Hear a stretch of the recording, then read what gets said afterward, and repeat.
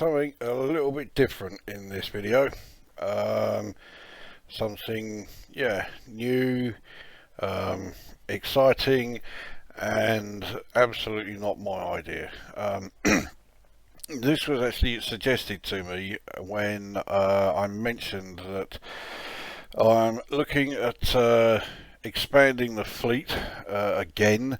So I'm looking to get my 40th ship, or 41st if you include the fleet carrier as a ship.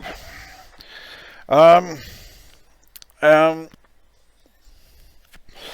that's why I'm here on Inara. I'm not even in game yet.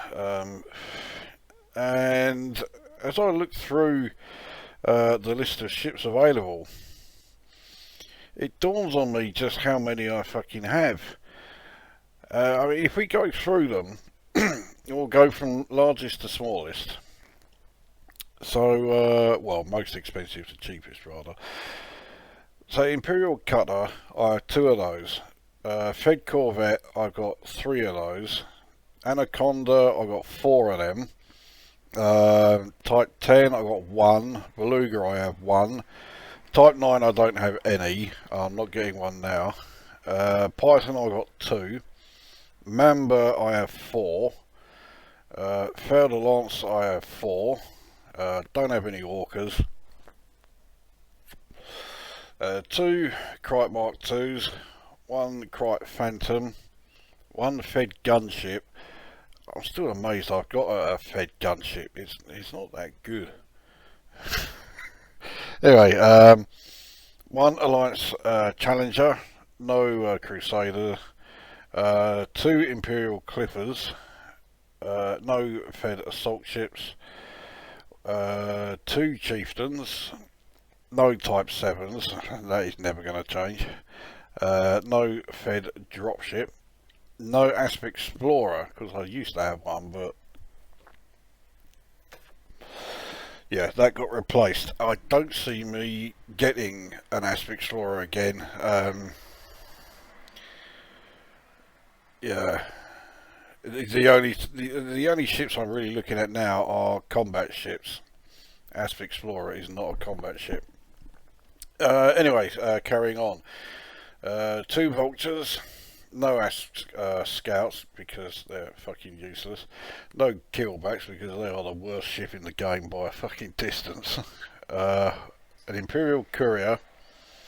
Diamondback Explorer, don't have any of those. Dolphin, don't have any of them. Type 6, nope. Cobra Mark 4, believe it or not, yes, I do have one. If you've seen my earlier video where I was in combat using 3 different small ships, you'll have seen that in action. Yeah, wasn't it great? Diamondback Scout, I do not have any of those. Viper Mark 4, yep, I have 1 of them. Cobra Mark 3, I don't have any. Viper Mark 3, I have 1. It's very limited use. It's a racing ship, so yeah. No Imperial Eagles. Believe it or not, yes, I do have an Adder. No Hauler. No Eagle Mark 2s, and I have 1 Sidewinder. So looking through these, yeah, I'm after another combat ship. That's all I get now. You know, the other roles, I have ships for those. I don't really need to change them, or, you know, get any additional ones. So it is another combat ship. I want it to be another small one. And I'm thinking Viper Mark 3. Although, now that I've looked through this list, I am now thinking, yeah, possibly another one instead of the Viper. Well, what I'll do, we'll go with the Viper Mark 3 for now, but yeah, I'm going to keep an alternative in the back of my mind. Right, so jump cut coming up, and we will be at the next stage of choosing the new ship. Okay, so this is the Viper loadout that I am considering. Nothing particularly unusual about it, except for maybe the fact that I put military grade composite armour on there. In fact, the more I think about it, the more I think that is a bit of a waste. Anyway, we'll come back to that later. So the loadout I'm looking at then is military grade composite armour, which will have lightweight grade 5 modding with layered plating experimental. All the other core internals will be the usual, so 3A power plant overcharged to grade 5 with thermal spread, thrusters 3A, dirty drive tuning with drag drives, frame shift drive obviously increased range with mass manager, light support lightweight, power distributor with weapon focus with super conduits, sensors will be long range.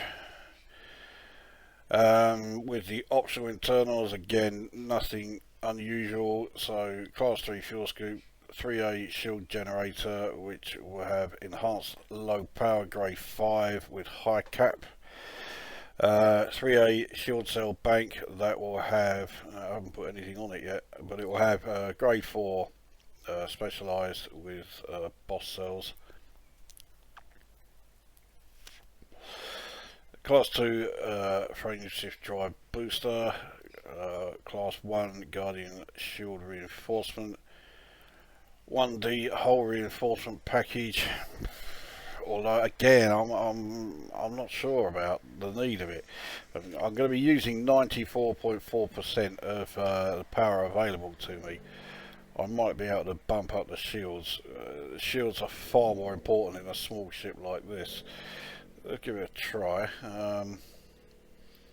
See what we get. Shield reinforcement. Yeah, I can do that, and that does help the shields. 97.1 power now. Okay, right, yeah, I'll go with that then. In which case, I'll get rid of the armour. So armour, well, it'll be the standard. So I'll have. Yeah, we'll do that. So the armour then will be the regular lightweight alloy, heavy duty grade 5 angled plating. There's no point in me putting the explosive.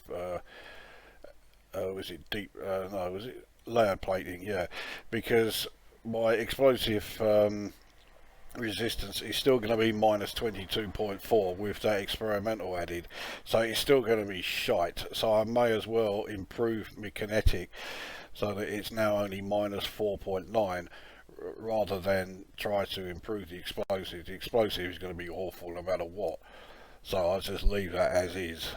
Thermal is at 5%, which is, well, could be worse. So okay, that's the internals done. Now with the hard points, very similar to my Viper Mark IV, insofar as the small hard points are going to have cyto scramblers. They will have grade 5 efficient with phasing sequence. They'll both have that. Phasing sequence is definitely the experimental to fit to cyto scramblers. That way you are doing damage to hulls even though their shields are still up. Indeed, once their shields come down, your cyto scramblers then don't do any damage at all. So this way I can maximise the damage that I actually do to the thing. I always compare it to a stock Federal Corvette on here, so I'm draining weapons in 31 seconds, damage against shields 19.8, so I'll remove shields in 26 seconds.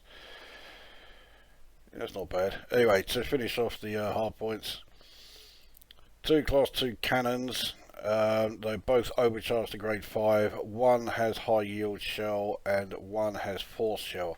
Because, okay, if you saw the last video, If you've got 6 cannons and they all have force shell, it's more just like, you know, a comedic thing, you know, you just play it for laughs. But in fact, the force shell does have uses. If a ship is, particularly if it's coming towards you and just like turning away at the last second, like they always do, if you can get a hit on it with the force shell, especially if it's a smaller ship, you can knock it about and send it out of control, and that buys you a few extra seconds to get a couple more shots in.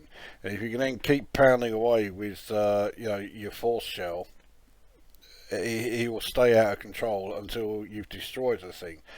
And the fact that I've then got high yield shell on that one means that I'll also be doing explosive damage, which will certainly help when it comes to the armour. So damage against armour is 46, so I'll remove his armour in 14 seconds.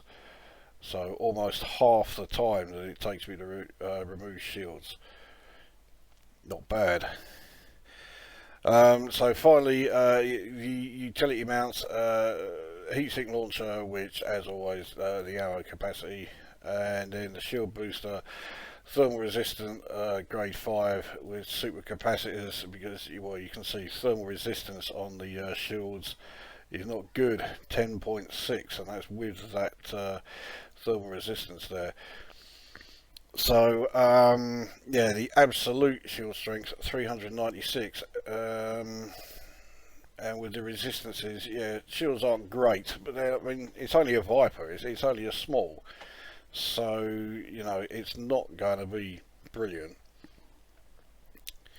So that lot, if I buy everything at the full price, will cost 5.3 million, which is fuck all. But I've already got Cyto Scramblers already set, so it'll still cost 5.3 million. They are cheap, those weapons. And then with my discount, it will be below 5 million. So yeah, that's it doesn't cost a fucking thing.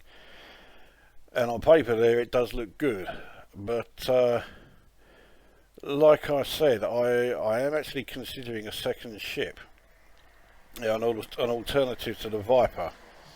So what I'll do is quickly put together that loadout, and we'll see how they compare. So yeah, back in a few. Right. So this is the alternative ship that I'm looking at, the Diamondback Scout.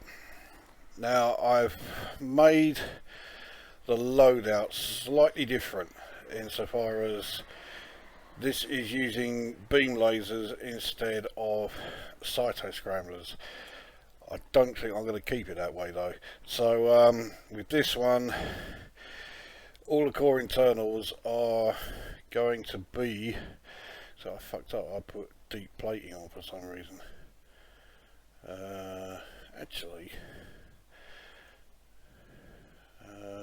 kinetic is 264 with that, 262, no, well, it don't make any difference which one I go with. So anyway, all of the modding here is all exactly the same as it was on the Viper. Same with optional internals, same with the heatsink launcher. One shield booster is resistance augmented thermo block there. In fact, two of them are with thermo block. One of them is heavy duty. What I might actually do is change one of those to thermal resistant. Yeah, so the explosive and kinetic have obviously gone down. So let's see how it goes with super capacitors. Thermal 533. Okay, yeah, so I'll definitely use the super capacitors there. Okay, so okay, well, explosive and kinetic resistances have gone down as a result, but thermal's gone up. So yeah, it's a compromise I'm prepared to take. So the difference is here now. I mean, it's still a class 3 shield generator, and it's still enhanced low power with high cap there. Yeah, the same shield cell bank, same fuel scoop. Guardian frameshift drive booster. Only one Guardian shield reinforcement package because I can't fit any others. So the net result then, I'll just go through the weapons. So cannons, again they're the same, overcharged with high yield shell. Overcharged, actually that's got high yield shell as well. I would have meant to put a force shell on that one. And then the beam lasers, yeah, they're efficient with thermal vent. Now, let's see how they compare. So it's the shields that I'm particularly interested in, because as far as like the offensive capabilities go, they are surely going to be identical.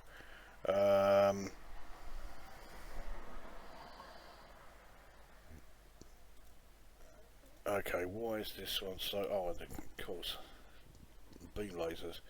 Well, actually, I'm not sure about the beam lasers. I'm going to put on the cyber scramblers. So efficient with phasing sequence on both. So damage against shields 19.8. Obviously the damage against shields and damage against armour is going to be exactly the same, but this will drain its weapons in 31 seconds, and okay, this also drains in 31 seconds. So its actual capabilities as far as firepower is exactly the same whether I'm in the Scout or the Viper.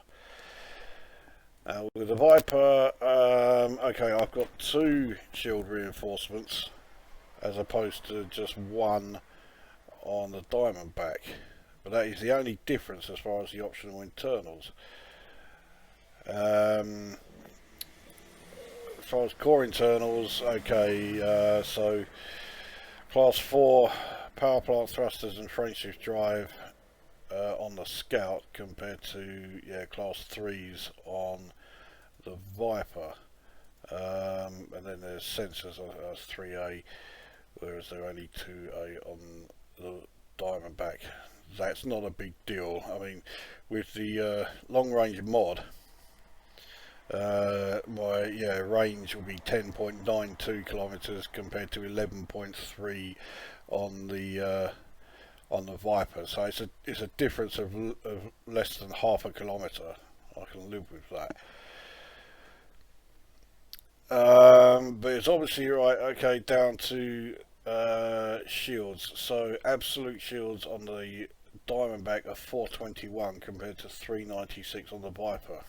Not a lot, but with small ships like these, that will make a difference. So with the resistances on the Diamondback, explosive resistance 938, on the Viper 747. That does make a difference. Kinetic on the Diamondback 782, on the Viper 622, and thermal on the Diamondback 533, and on the Viper 443. So shields are just much stronger in every way on the Diamondback. As far as armour goes, right, absolute armour on the Viper is 161 compared to 308 on the Diamondback. Explosive resistance on the Diamondback 225, on the Viper 121. Kinetic on the Diamondback 262 and 154 on the Viper, and then thermal 315 on the Diamondback and 170 on the Viper. So as far as shields and armour, in every way the Diamondback is the better ship. Right, let's have a look at right, speed on the Diamondback. Top speed 435, on the Viper 460. That will change, I think, if we no, it doesn't change if we do the pips to engines. So okay, so that is like full fuel tank and 4 pistol engines, 460, 435 on the Diamondback. So the Viper is slightly faster by 25. So boost speed on the Diamondback 591, on the Viper 576. So actually the boost speed as the Diamondback faster. Jump range 40.6 on the Diamondback, 28.15 on the Viper, so the Diamondback trounces it.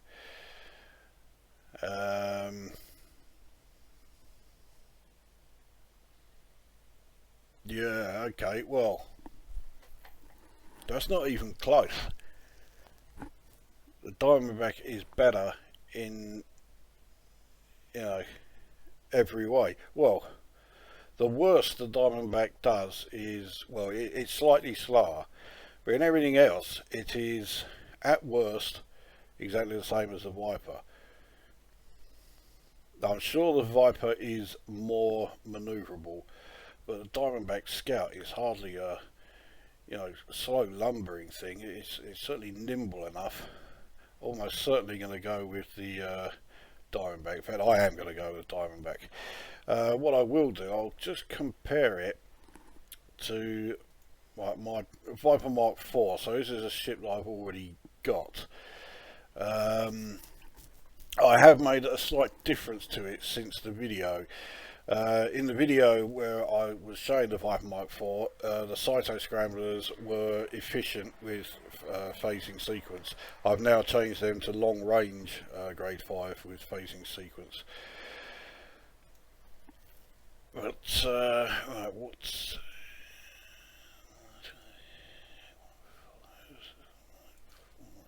okay? So again, with the resistances, the Diamondback is better than the Viper Mark IV.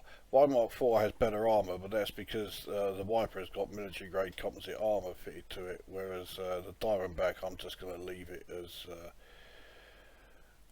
as is. So the Diamondback is, well, it's faster, but not by a vast amount actually. Speed is 410 on the Viper and 435 on the Diamondback. Boost speed 591 on the Diamondback, 517 on the Viper. Now what I was considering was changing fragment cannons which I've got on the Viper, swapping them with this, so that the Viper would have the cannons and the Diamondback would have the frag cannons that are currently on the Viper Mark IV.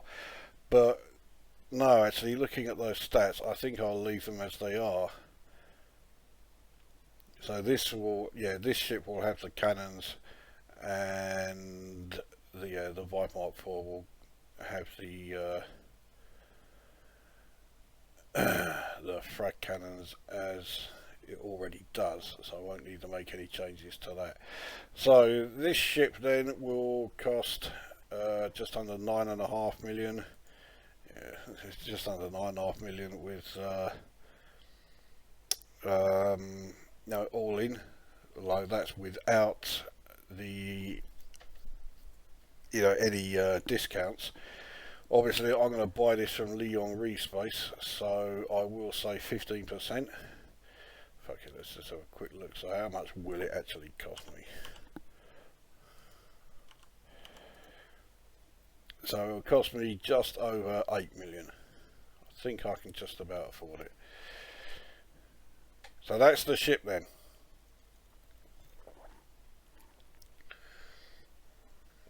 So actually, let me just have a quick look. 91.8 power. I can improve the shields even further. 526 now on absolute. Explosive 1172, kinetic 976, thermal 665. Jump range has obviously dropped down by about 6 light years, but I mean it's still 34.5. I mean it's fucking hell. It's not like it's, you know, you can't go anywhere. Power usage 90. So actually getting rid of the FSD booster and replacing it with a shield reinforcement package means that I'm actually using less power than I was before. So what does that do as far as my offensive capabilities? Still draining power is 31. I mean, I'm tempted to get rid of the efficient grade 5 and use long range again, but the thing is, I've already got 2 Cyclo Scrambler. Yeah, I've already got 2 of those already modded to grade 5. It's the 2 that I was using on the Viper Mark IV. So I've already got those modded to grade 5 efficient and facing sequence. So why bother using more materials if I've already got those? So yeah, I won't fit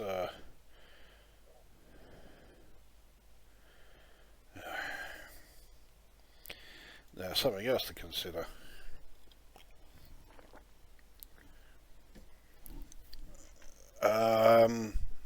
On this, right, fragment cannons obviously work better the closer you are.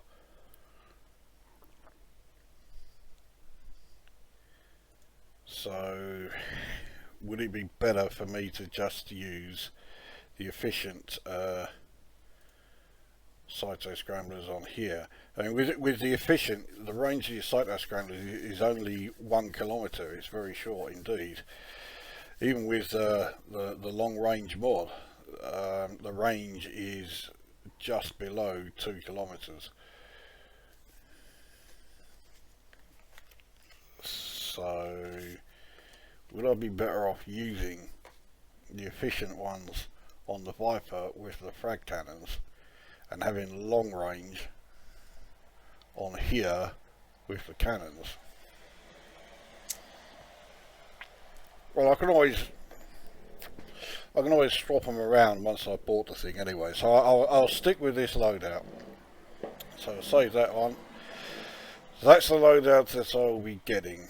So right, I think it is then time to go into the game and yeah, build this ship. Right, back in a few.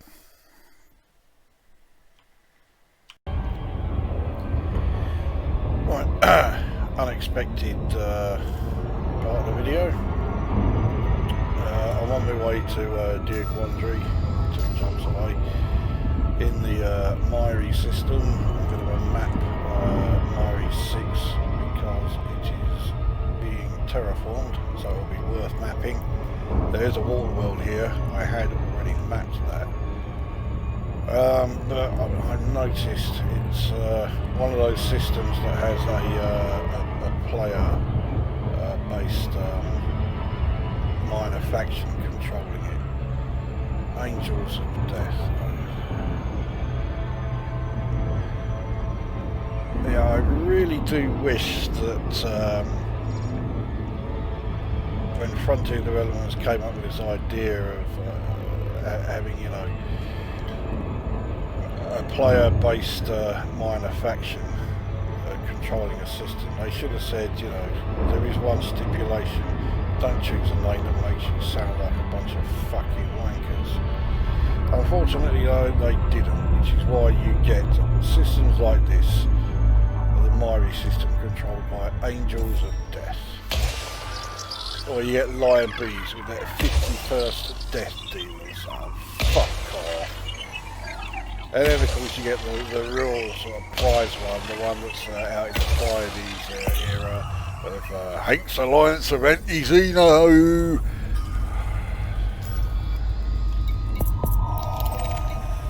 You know, where the fucking hell are the brain cells of these people?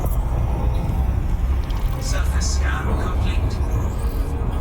Frameshift drive charging. Anyway, yeah, so I had to get that off my chest. Right, back when we are arriving in Deer Quandary.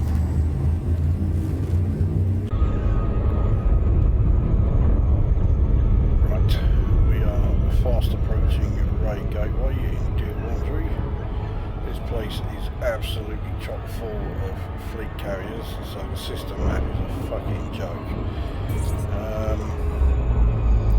And the other thing is that I've come straight here because this is always the system I go to when it comes to playing ships, buying upgrades and that. But I didn't check to see if they actually sell the Diamondback Scout here. I mean, surely they do, because everyone sells the Diamondback Scout. But yeah, the fact that I didn't check it means yes, there is that chance. What pad is it? 28. Is that it there? You can tell how often I fly small ships. Please reduce your speed when your ship Land is here to the same. the docking deck.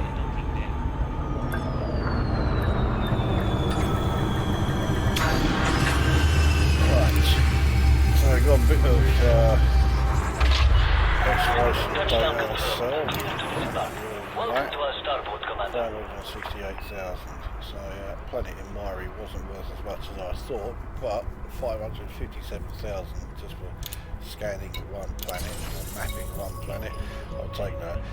Yeah, it has gone through, but yeah, this frontier developments. You know, because if we go back there now, there you go. Now I have a feeling at some point I'm going to need not the technology, the material trader, because when it comes to encodeds, it looks like I'm doing pretty good, but there are actually 4 that I'm not maxed out on, and one of those is adaptive encryptors. I've only got 2, and I have a feeling I do need them for some of the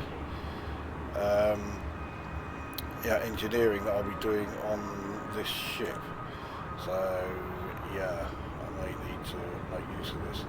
The only 4 that I'm not maxed out on here is the adaptive encryptors, the atypical encryption archives, cracked industrial firmware, and modified consumer firmware. Though as you can see, with all these 2, I'm very close to being maxed. These 2. The thing is, it's no coincidence that it's those 4 I'm low on, because they are the 4 you get at the Jameson Cobra crash site. So I could just nip over there and get myself maxed out on all 4 of those, no problem. Right, let's have a look then at the shipyard. Oh, like fuck, this place has a Diamondback Scout. There we are. Yeah, I've only ever used a Diamondback Scout, I think twice. Both times they were in a beta. So, yeah, well, anyway, we're now going to buy one. So, we'll store the current ship. And, yeah, see what we can do as far as outfitting this.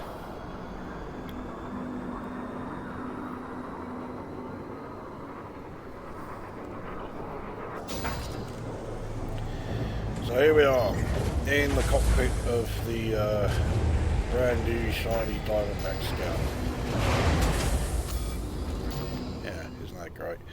Right, let's set about making this thing half decent. So, right, I always start with core internals, so I'm not going to bother doing lightweight alloys. So, right, for a power plant, they have one. Thrusters.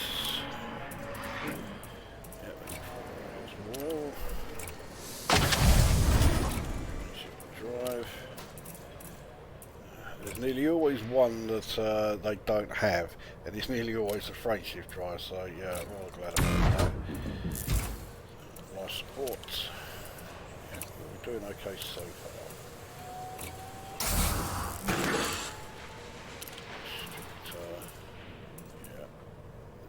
I like the Guardian hybrid ones. For one thing, you can't mod them. And finally, sensors. Right, so that's all the core internals done. Good. Right, next then, optional internals. So let's see what they have. as far as the shield generator goes. 3A.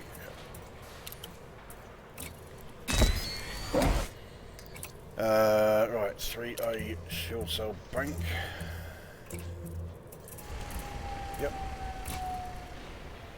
I mean, 3A shield cell banks are pretty shit.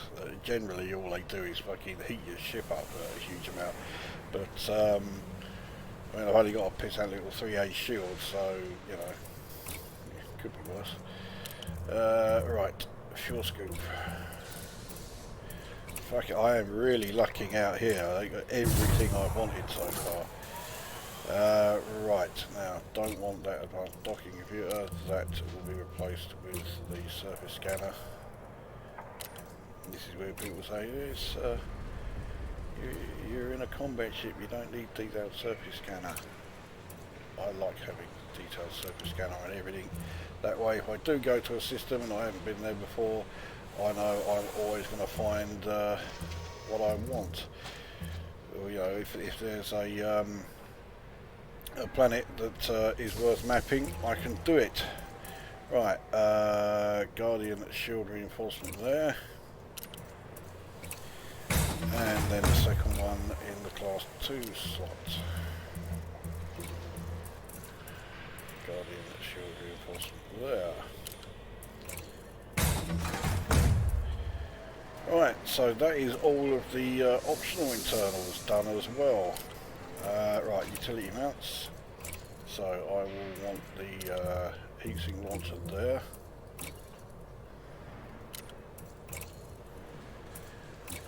And then we have no fucking A-rated shield boosters. Yeah, there had to be something that we were missing. Right, so the class 2, but they haven't got the fucking cannons on them. Class 2 fixed cannons, yep, they have got them.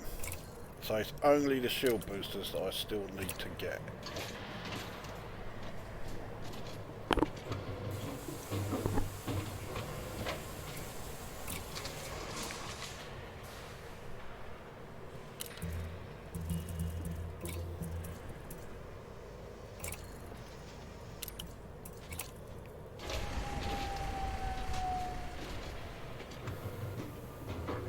Right, so that is the ship as outfitted as I can do. There's no point really putting anything that's for hard points because they will be replaced by the Cyto Scramblers, which are back at my fleet carrier. So they will actually be the last thing to go on. So I can now start to engineer everything. Let's set my priorities. I know they're gonna all get changed when I mod everything, but so I'll still do it anyway. Right, fire groups, they're going to be 2, and detailed surface scanner. There isn't really anything else there that I would use. Put the take a look scanner on there. You never know. Well, you do know really, but. Right, so let's mod what we can. So frame shift drive, you know, I've got the no surprise increased range. One that I have bookmarked, so we'll get this up to grade 5. Obviously I can't put on the experimental yet because for those you do have to go to the engineer question. You can't do that.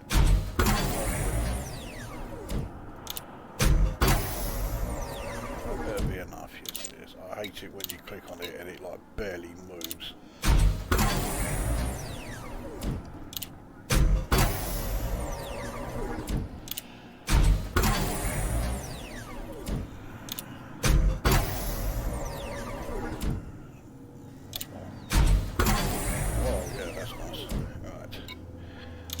Don't need to do any more of that. Distributor. Right, so yeah, got weapon focus. That's what I want.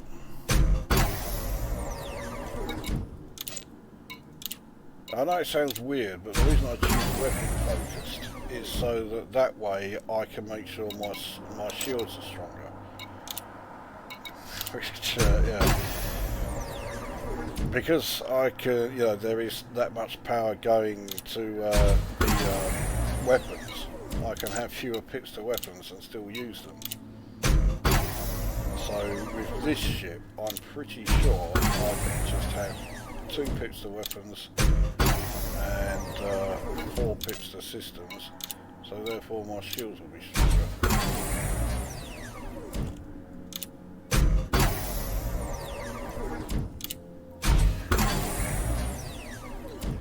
I can't actually remember the last time I was doing any sort of engineering. But there's a difference of 0.02 and that is a difference of 0.13, so I won't bother doing any more of those. Yeah, I can't remember the last time I was doing any engineering and I actually had to look at what my materials were. I know I have enough to do it all.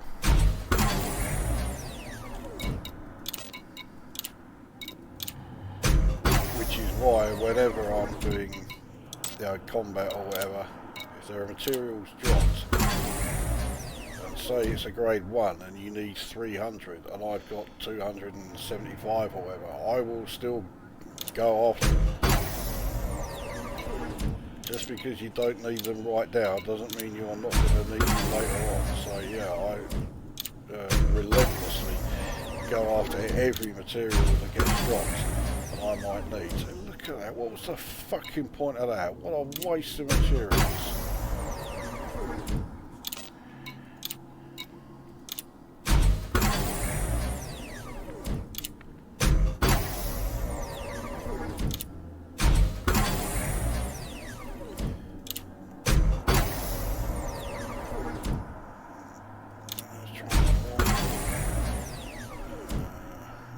Difference of 0.1. Fuck it, we'll do one more. That was worth it. Alright, this is one that certainly makes a difference. So, dirty drive tuning going on.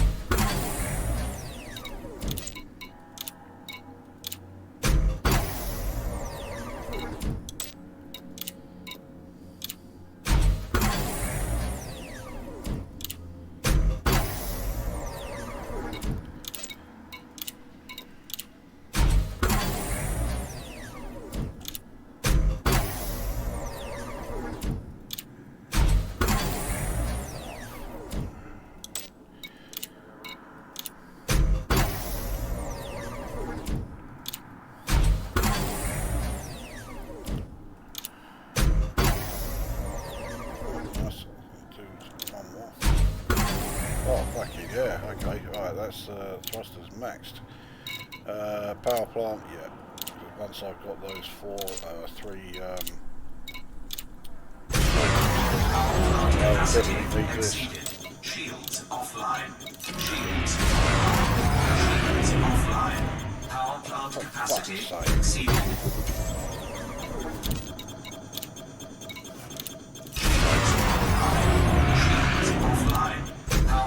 Capacity exceeded. Power plant capacity exceeded. Shields offline. Shields offline. I can't actually remember how much I need to put this up for.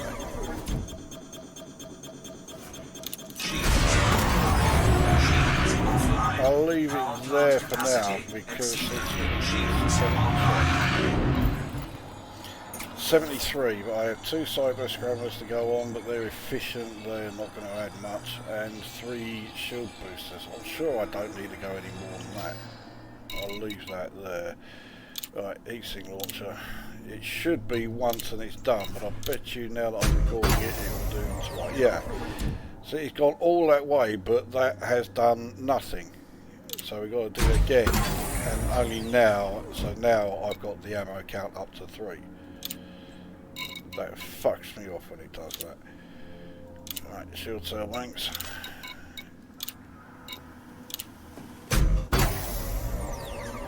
let's say grade 3s aren't going to do a class 3 rather. Shield cell bank is not going to do a lot. So any fucking help that you know, this engineering can do as far as further shield reinforcement and reducing the thermal load, I'll definitely take.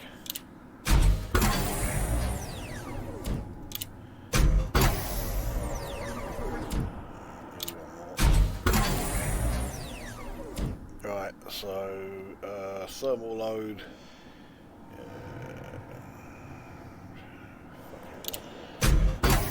Oh, that made all the fucking difference, that, didn't it? Fuck's sake.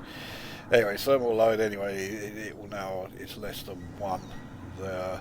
I mean, shield reinforcement is a difference of 0.03, and boot time, I don't give a fuck about boot time anyway, so, alright, that'll do. Shield generators I can't do from here, I don't think. Yeah, I've got thermal resistance, but that's not what I'm putting on. Armour, yeah, heavy duty.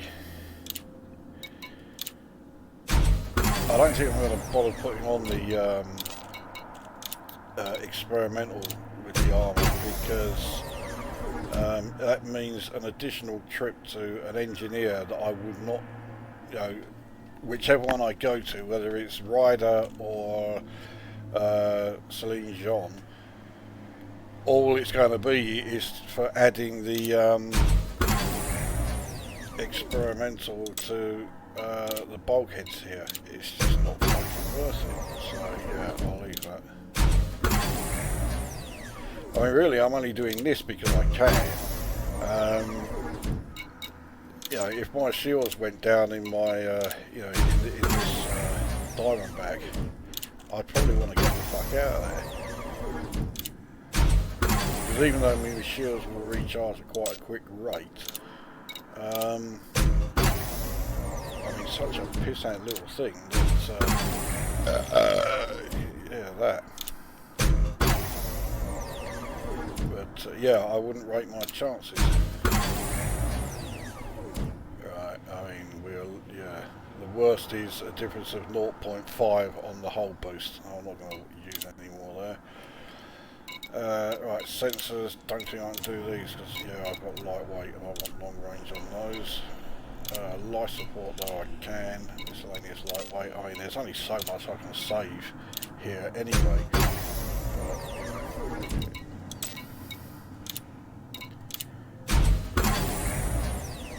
In fact, what I will probably do,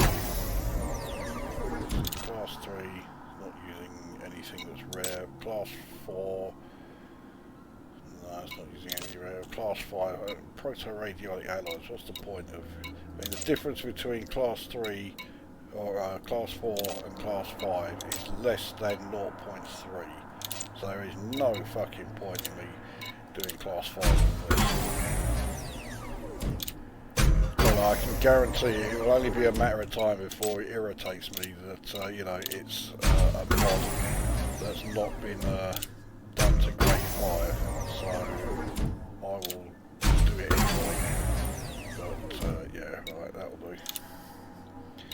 So finally, cannons. Yeah, it is overcharged. Good. That's what I want.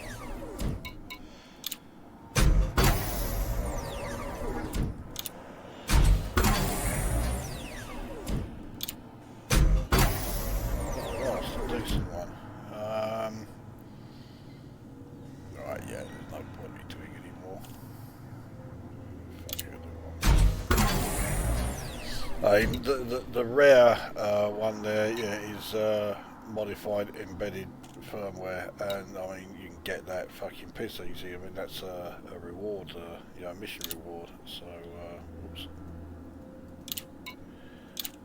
Right. So last cannon.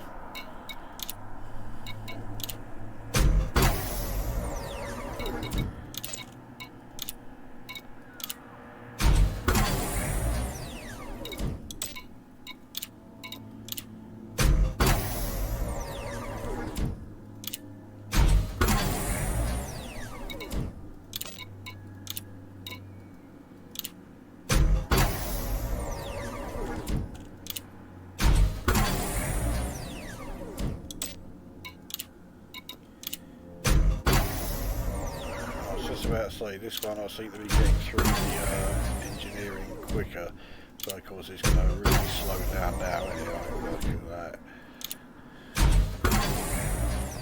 Fucking, you are joking. One more. Yeah, that's more than fine. Right, so that is the modding done as far as I can. So if we look at the stats now, yeah, power usage is fine, jump range is fine, 36.4. That will come down as I get those shield boosters. Top speed 427, obviously that will be improved as I get the drag drives fitted to the thrusters. So there's quite a bit of tweaking still to do. I've now got to get all the experimentals put onto it, and I've also got to get the yeah, I've still got to get my shield boosters. So what are my shields at the moment? So at the moment, shield health 307, kinetic and explosive resistances are both pretty good, 40 and 50. Thermal resistance though, yeah, that's not good. So, right, well, next thing I need to do then is get my shield boosters, and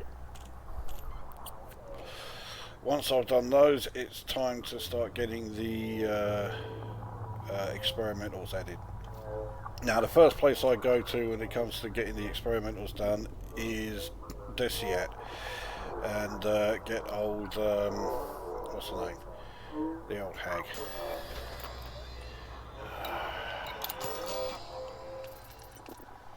It's going to annoy me now, I can't remember her fucking name. Felicity Farseer, that's it. So that'll be the first place I go to once I've got the shield boosters fitted. So jump cut here, and I will be back when we are about to dock at yeah, the old Farseer base.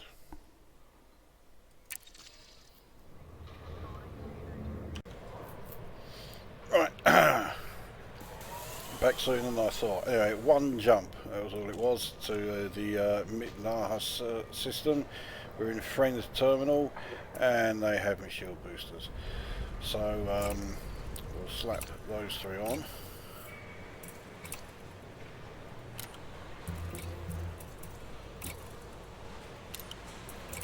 So that is the ship now fully outfitted, aside from my Cyto scramblers, which I've got on the fleet carrier. And because if you have access to the Cyto scramblers, you can get them pretty much anywhere. You could have got them back in Diaquanji where I was, and you would certainly be able to get them here. So, now, it always annoys me when people, you know, will insist on always going to Shinrata Desra to get like their ships and their upgrades. And their argument for doing that is that, oh, well, it's 10% discount and they've got everything. But in Leon Respace, it's a 15% discount. Now, okay, on a pissant little ship like this, it does make a huge difference. But if you're outfitting something like a fucking cutter or a Corvette or an Anaconda. It makes a fucking difference, a big difference. And two systems, that's all I had to go to, and I've got this thing fully outfitted. No matter what ship you're in, it's probably at the most 4 Leon Re systems you need to go to, and you'll have the whole thing done. So, no, Shinrata Deseret, I fucking hate going to Shinrata Deseret. I hate the fact that I even have to go there to get some of the engineering done. But yeah, Shinrata Deseret, you know, there's no benefit for going there. Especially if you're playing open, it's griefer fucking central. And you know, when I hear that, you know, someone who's plays in open has gone to Shinrata Deseret and they got greased and they lost their ship and that, I have no sympathy for them at all. You know it's griefer central, and there is no benefit to buying your stuff from there when you'll save even more credits going to Leon Re. If you can't be asked to jump to, like, you know, 2, 3, at most 4 systems in order to fully outfit your ship, then, you know, that's your fault. So anyway, so now that the ship is fully outfitted, and yeah, it's using 92%, so that will go up when I add the Cyto scramblers, and it will also go up as I do some more of the engineering, but it really doesn't look like I need to go above 92, so that's fine. So my next stop then will be Desiat.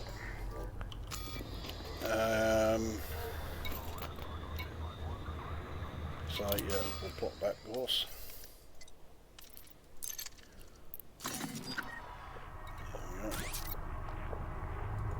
Civil unrest in Desiat. I bet there's a fucking 1,000,001 fleet carriers here. It's not as bad as I thought, but yeah.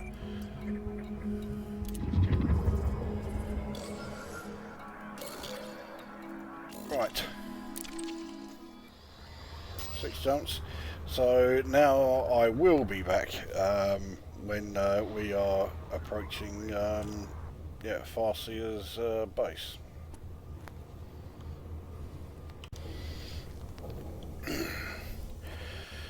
Right. I'm sure one day I will actually remember you know, what it is I'm supposed to be doing when I'm recording one of these things. But it's not going to be any time soon. Anyway, the reason for me to record this whole part in Friend Terminal here wasn't just to show me buying the shield boosters. I was meant to show you how the ship is currently performing with the upgrades and the engineering that it's got so far. So we head out. Now I'm well aware that the vast majority of people watching this already know, you know, how well it's doing and everything else. But you never know. There may be some watching who don't know. So this is probably more for them than anything else. So I'll scare these two fuckers. Getting out without quite having come through the access port. Diamondback Scout Explorer there.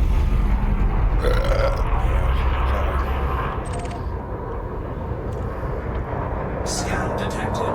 So fucking hell, fucking orca was just jumping right for me almost.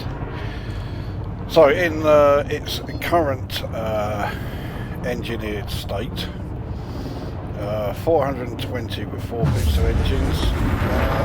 Maximum boost speed is 562.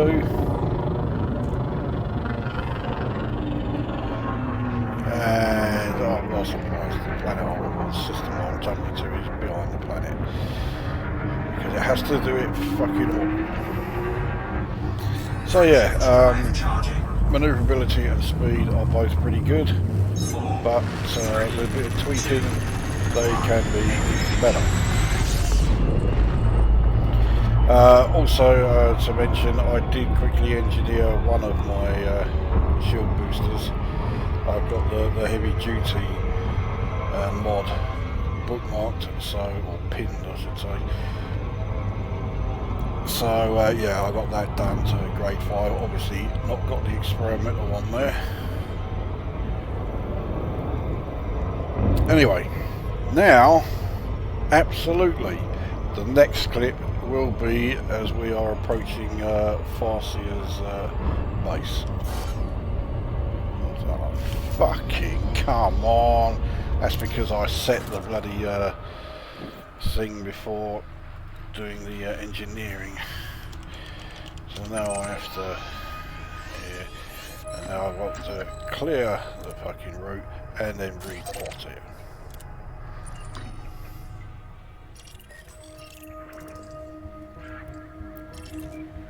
Fucking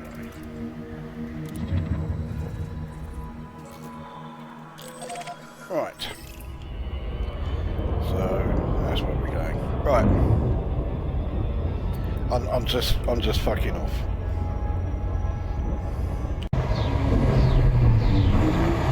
Right. We are jumping to Dessia. And yeah, this system is in a state of civil unrest, which is about as surprising as, well, that's the fact that I'm having a flag right now. Two systems where you can absolutely guarantee that there will be civil unrest, Dessia and Diaguandri. Actually, you can add a third to that. I can't remember the system name, but it's the one that has Dab's Hope in it. You're always going to have civil unrest there. There's always some bunch of cunts who are trying to enforce a lockdown. And the thing is, well, certainly in the Dab's Hope system, it makes no fucking difference. So I don't know why they bother doing it there. But yeah, Diaguandri and Dessia, they do it purely to be a fucking pain in the arse, and you know, there's no denying it. They are. That as well. So anyway, Farsia Inc. is a little way, so let's have a look. These two mega ships, they always have those like warnings around them. Don't know why, I've never been to one. There's a pirate activity detected there. Threat 6, that won't be difficult. But anyway, I thought I would have a look and see, because I have found some absolute shit fleet carrier names in this game. There was one, this LTD Max 20k Tritium. What's that say? Is that how much you can buy them for? But there was one I saw, and it was called LTD Buying or something, or Sell LTDs Here or something. And they had the price 575k. So. Because that is the highest you can set the price on a fleet carrier for low temperature diamonds. Well, who the fuck is going to sell low temperature diamonds for 575,000 per ton? No one. That's less than a third of the value that you can sell them for. So no one's going to say, oh yeah, I'm going to set out and I'm going to go there and sell them to that one. What a stupid fucking name. You may as well call his fucking fleet carrier Go Fuck Yourself, as far as, you know, making visitors welcome.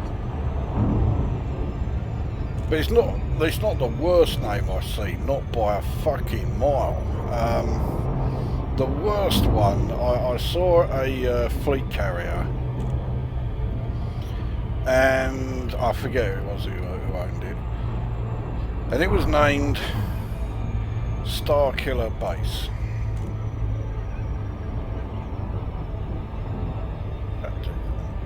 Now, I'd like to think I can imagine what anyone watching this, what your reaction was on hearing that. It's very much along the lines of what mine was. I mean, does that cunt have any idea how much of a fucking sad heap of shit he has made himself look and sound by calling his fleet carrier Starkiller? What a wanker. LTD buying and mining supply. Does that mean he buys LTDs, or I can buy some off him? Because I'm technically with some of these fleet carriers, if they're giving us the chance to buy low temperature diamonds off them, to go there and just buy some. Flight engaged. But I'd go there in my cargo cutter and buy 720 tons off the cunt.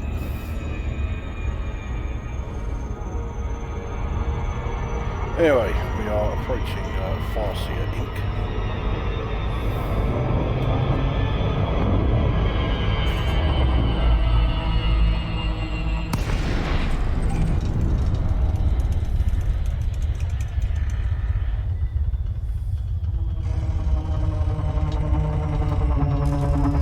I have to say, so far,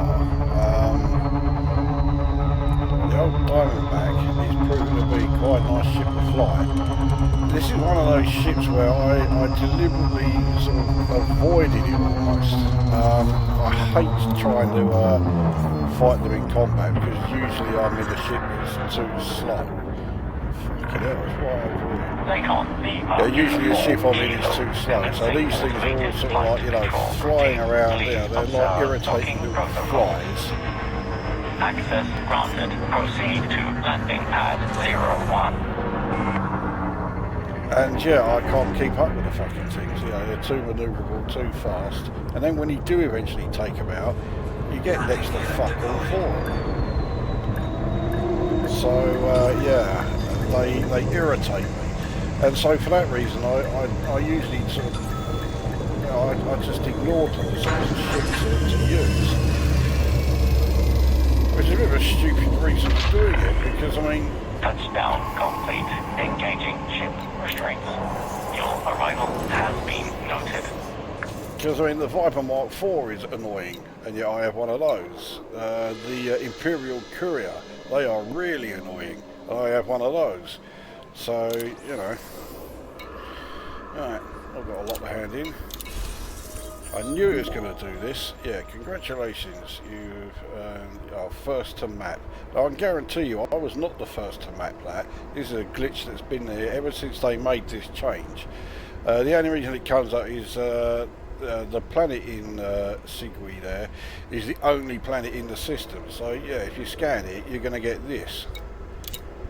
I was not the first to scan that system, not by a fucking mile. It's only about 30 light years away from Diaguandri. It was first scanned and mapped fucking, well, I don't know how long ago. A long time ago. Right, let's get these experimentals on. So, dirty drive tuned engines, we want drag drives on those. Done. Right, now my shield boosters, I'll get me, I can't remember what ones I'm going to put on what. I'll do them last. Right, freight drives, obviously we want the old, oh fuck it, clicked on the wrong thing. Oh, I've got that maxed out now. Right, we want the old mass manager. Right, so, well, I'm certainly jumping as far as I possibly can in this thing. Power plants. So we want thermal spread. I know the temptation for everyone is to go for monstered, but I like to have the heat efficiency, good, or as good as it can be. So yeah, I always go for thermal spread. I've got one ship that has monstered. That's my standard combat Vulture, but that's because it needs it. It's using so much power that I can't do anything else. Sensors, I'm not going to bother doing the sensors yet. I'll wait till we get to fucking shithole Shinrata and just max them. Right, so that's yeah, so that's the experimentals on frameshift drive, power plant and engines done. I'll do the shield boosters before I go, but the next system then, it's the next engineer really. Yeah, the thing is, old Laurie Jameson here, she's the one in Shinrata. There you go. And then there are a few all close by. But then that means I'm going to leave one out because I know I've got to visit the Sarge to get me cannons done, unless... Oh, fucking hell. Where's he gone?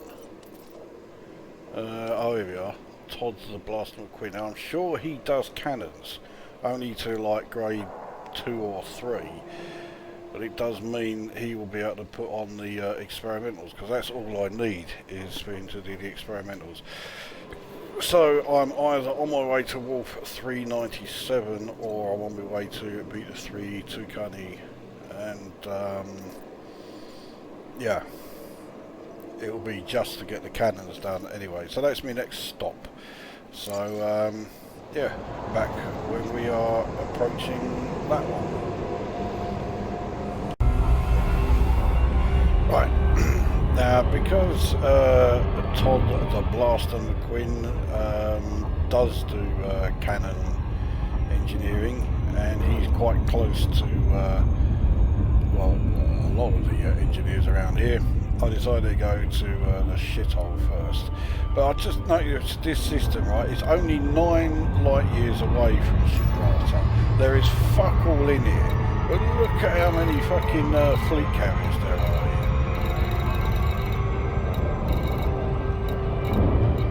Deserts of Boran. Oh, fucking get over it. Boran, okay, it's changed. You can't get any, you know, low temperature diamonds there now. Fucking big deal. Frameshift drive charging. Besides, well, actually, this is the other thing. I mean, today was the day of the patch, you know, the first of the badly needed patches for this update. And they have nerfed. Fucking hate that word. That's as much as I hate this fucking system. Yeah, they've nerfed low temperature diamonds. Not the values, but how many you can get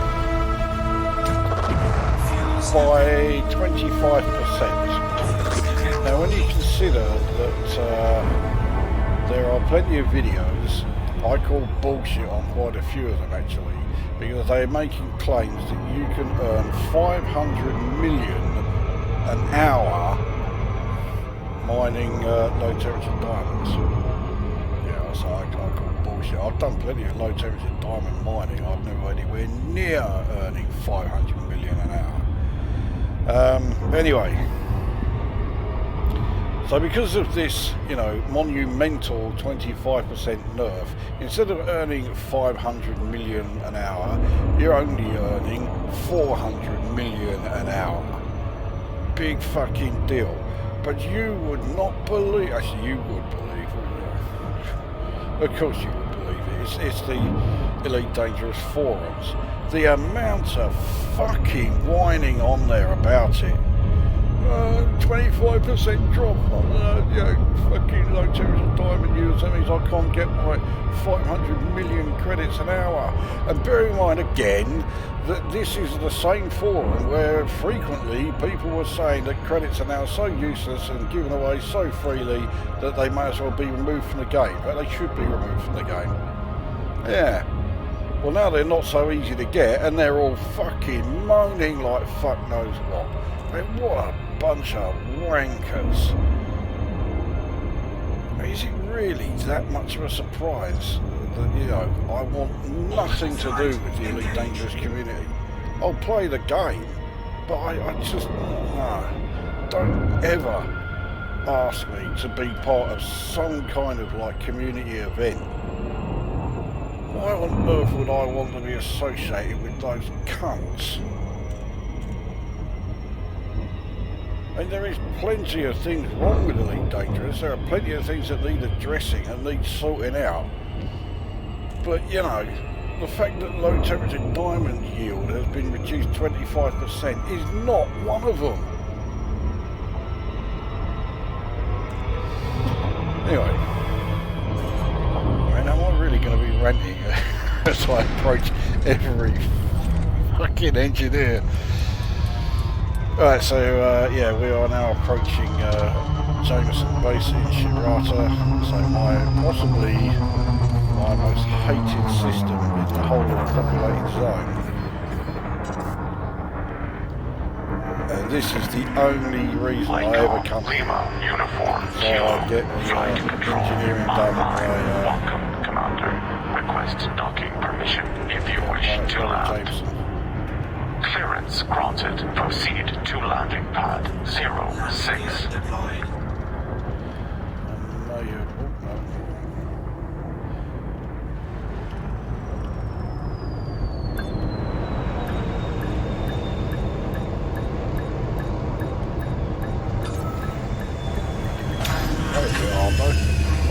No worries. Right, now here, Landing operation not a lot complete. to do, but Commence there are system things that, shutdown. I can't do Welcome, anywhere else. Commander. I have got some universal cartographic data to sell. Yeah, from the Bodhengu system. 1.3 million. That's just from mapping one Earth-like world and one world that is currently being terraformed. And they're right next to each other. 1.3 million. So yeah, definitely worth doing that one. Right, so here surface scanners are already done. Shield cell bank, so I can get me experimental on my I want boss cells, so that's that done. And the only other thing that I can do here is sensors, so yeah, I want these long range. That's the only reason why I have to come here to get these done, because yeah, long range. I've got the lightweight bookmarks, because the only time I fit long range is in small and medium ships. In large ships, no, the mass for the scanners is just too great, so I don't do long range on those. And there are plenty of engineers that do the scanner modding, but the fact that I have to come here anyway to get my you know, the experimental on the shield cell banks means I might as well do this here as well. Does mean that my jump range and my speed will drop slightly, but not a hell of a lot. I mean, yeah, we're talking a difference of 0.1k. Is it worth? I'll do one more. Yeah, that made all the difference, didn't it? Right. So, let's just take a look and also get these sorted out. So, shield cell bank is done, sensors done. Go distributor doesn't have the experimental put on it yet.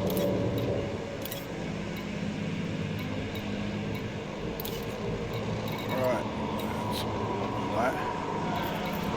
So, jump range.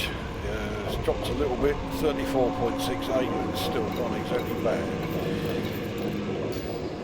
So, yeah, we had a bit of mass added then to the sensors. We'll see how that affects things. Bearing in mind, I did put the drag drivers on the engines at Farseer Inc. Now, let's see where we're going to next. It is DD Vartaman to get the shield boosters done.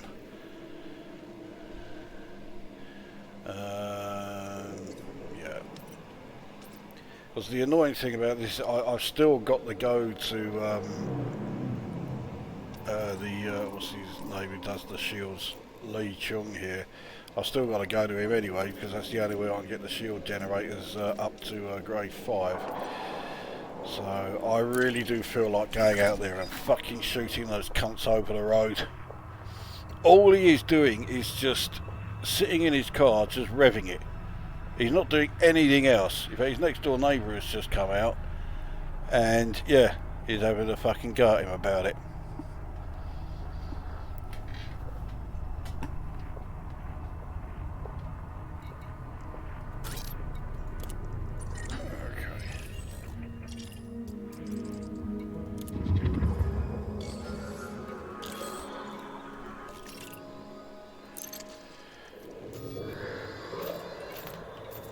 Right, so how many jumps was it? So, okay, so I might as well carry on recording.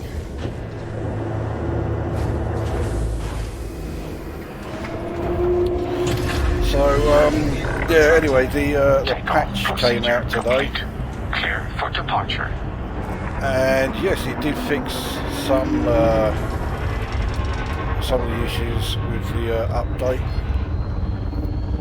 And it has also, and I'm sure this is going to come as a big shock to a lot of you, it also fucked some other things up.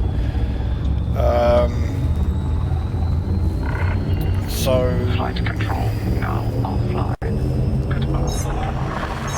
So among the things that it actually fixed is if you're doing a mission and you get an incoming mission critical message, you can actually now read it in your inbox again. Also, if you're doing any engineering or outfitting, the sound effects, you know, the background ambient sound, actually stops once you leave the station now. And what was the other really big one that was pissing a lot of people off? I can't fucking remember it now. Oh yes, of course.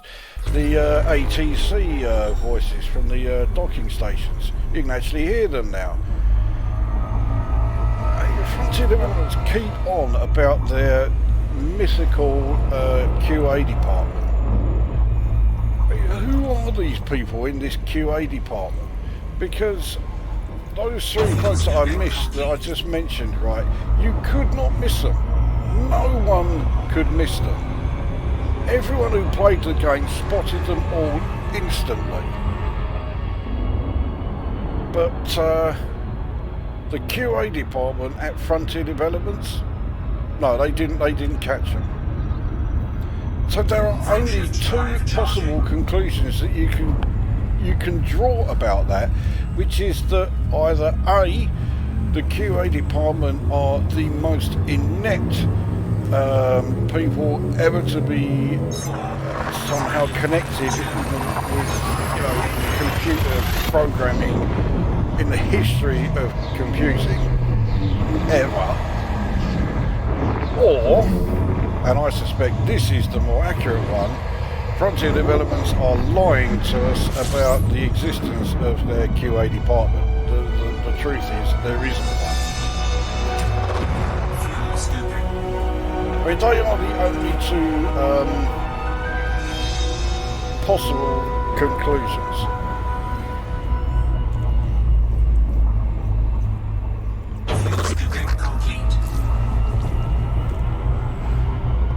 And whichever one is right, it means that Frontier Developments are once again treating their customers like fucking morons. I mean, okay, if you look at the forums there, you can understand why they do it, because they are being given the overwhelming impression that their customers are morons.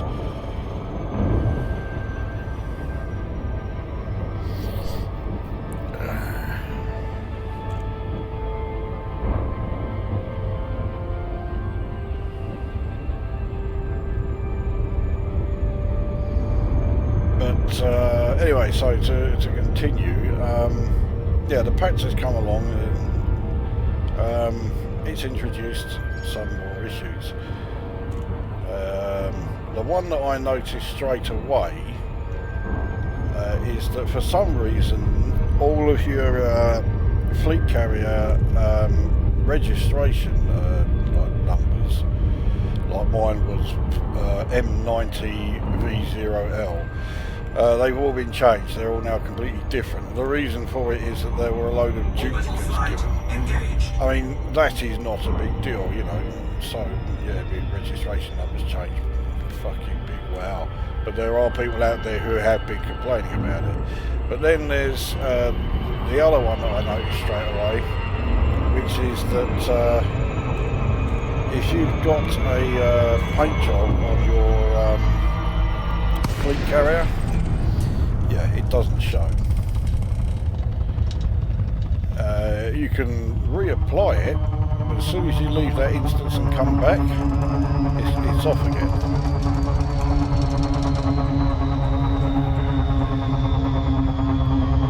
I'm sure that's another one that their great QA department fucking missed.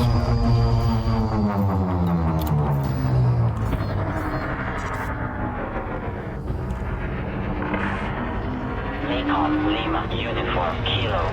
Automated flight control protocol initiated. Submit a request prior to landing. No problem with going. Docking permission authorized. You may proceed to So landing pad low gravity on this 06. planet. Gravity here is 0.07. You got no problems as far as I'm concerned. Landing gear deployed.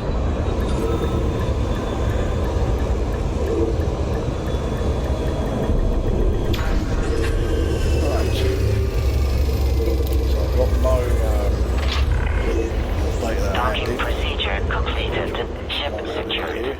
Greetings, Commander. So here, we'll get the shield boosters done and out of the way. So I've got the experimentals on all of them, and yeah, this one's already done to grade 5, but yeah, so that has the signal capacitors on there. This one is resistance augmented, and yeah, that has signal capacitors on it as well, so we'll get that finished.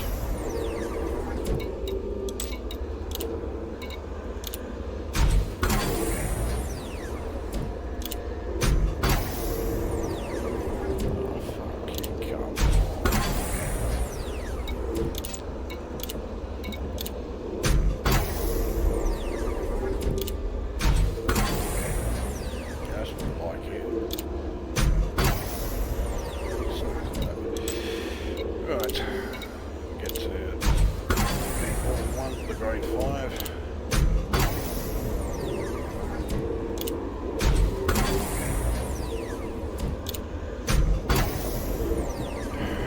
Yeah, basically what I've got to do. That many, yeah, 16.8, that's fine. Alright, so that is that one done.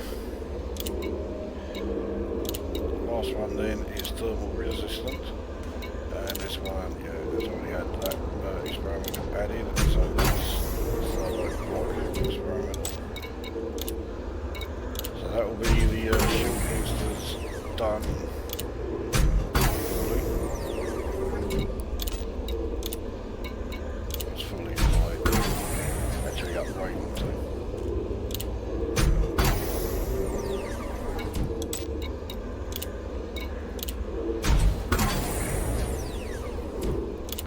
Normally I don't bother with like the thermal resistance one, or I think there's also explosive resistances there, and there's kinetic resistance one, yeah, the blast resistance, that's the explosive one. Normally I don't bother with them, I just fit resistance augmented, but because the thermal resistance is so low on this,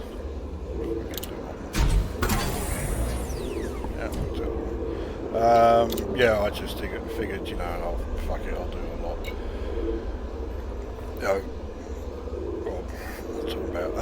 I figured, okay, yeah, I had to put a thermal resistant one on there.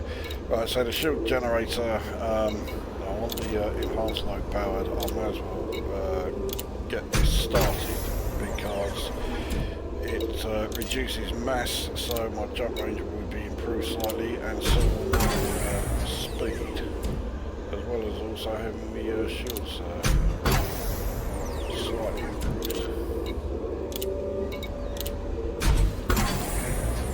Now I would only fit this mod on small ships. If you've got a medium or a large, yeah, I I wouldn't fit this unless it was for something very specific, you know, like an exploration ship or something.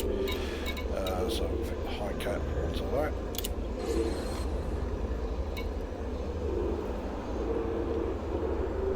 Okay, so when I go to old Lee Chung, all I have to do is just get the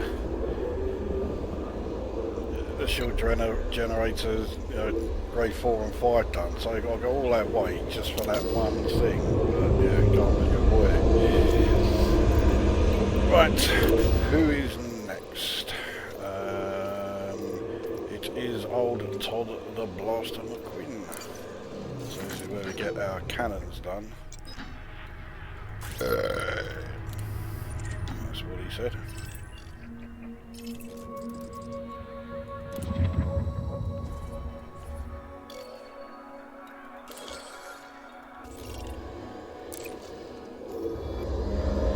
Right, 3 jumps to go.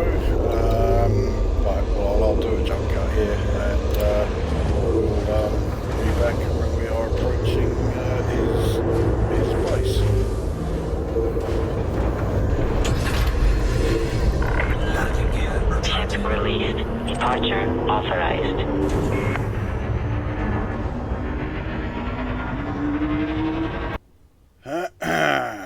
Right, well, yeah, things went a bit tits up with the recording, because once I left Jameson Memorial in Shinrata, I forgot to stop the recording. So when I was starting the recording for the next part, I then was actually then stopping it because it was already running. And then once having done that and done my piece, I would then press the hotkey thinking I was stopping it when in fact I was starting it again. So I was recording all the bits where I wasn't saying or doing anything and not recording the bits that I was actually meant to keep for this video. So the net result is you didn't miss a huge amount actually. All you missed was me adding the experimentals to the cannons, getting the shield boosters finished, the experimental going on to the distributor, and then getting the shield generator finished. So well, let's since we are now docked, I've also sorted out the sound, because I noticed there were plenty of times when I was being drowned out and I couldn't be heard very well. I'm sure plenty of you were really crying into your beer over that one, but nevertheless I've since sorted it out for the remainder of this recording. Anyway, I also have some cartographic data to sell. Not as much as I thought, but yeah, 900,000. So the net results then are that the ship is, well, it's done as much as it can be at the moment. So yeah, the cannons, grade 5 overcharged with high yield shell there. The second one has yeah, grade 5 overcharged with force shell. So that way I can do the maximum damage from one, and also I can be like the pain in the arse and possibly send ships out of control, or at least certainly you know, interrupts their you know, current trajectory with the other. So utility mounts. Yeah, I got the shield boosters done. So the grade 5 there with supercapacitors, that's the grade 5 heavy duty. This one, grade 5 resistance augmented supercapacitors, and the third one is grade 5 thermal resistant with thermo block. I don't usually bother with, like, you know, thermal resistant or, you know, kinetic resistant or explosive resistant. but because this one, it's that resistances to thermal was so shit, I basically thought, okay, yeah, I'm gonna have to. I mean, they're still not great, but they're okay. Now, the only core internals that you didn't see me do, so was the experimental on the distributor, so that has the super conduits. All the rest, I think you saw me getting done. And then with the optional internals, yeah, the shield generator has been done, so that is at enhanced low power shields with the high cap experimental. Shield cell bank you saw. Yeah, so yeah, those are the only things you missed. Now there is something that I have still yet to do, which is, of course, the livery. Now there aren't very many good paint jobs for the Diamondback Scout. In fact, yeah, there's not many paint jobs at all for it, let alone good ones. So, yeah, I won't keep it at stock, but I'll use the old Midnight Black, which I got fucking a long time ago. Weapon detailing, what works best against the black? Green or blue, or do I just leave it as standard? You know, I'm going to leave it as it is. Engine detailing I'll do, though. I'll put the blue on simply because I don't have many ships that use it. Co-vessel stay as it is. Right, let's get the old decals on. So I put on the old Triple Elite on all three.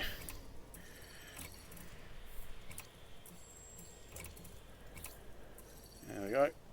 Right, now the identification.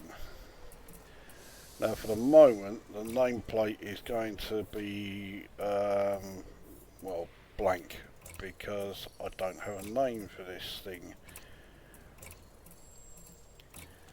The ID, it will get an ID, but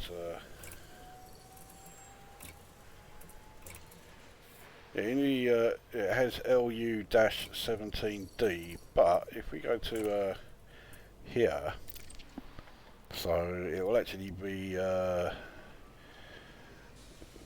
see, what sort of ship is this? Right, LK, and you put in the dash and it doesn't accept it. You can't put the dash in anymore. I mean, it's only a minor thing, but it is a fucking pain in the arse when you've been used to it all the time. So yeah, there you go, and it will be 182. Right, and the name, yeah, I don't have a name yet, so it'll be TBA. But yeah, if anyone can think up a suitable name for this ship, then yeah, bung it in the comments. Because at the moment I can't think of one. And if you come up with a name that I think is good enough, then I'll use it. And you'll get, well, you'll get fuck all for it really, other than perhaps the immense sense of satisfaction that somewhere out there is a ship that I'm flying that has a name that you, you know, you gave the name to this ship. I'm sure that will change your life as you know it. Just don't suggest the Starkiller base. I hope that bit did get recorded. What a fucking shit name for a fleet carrier.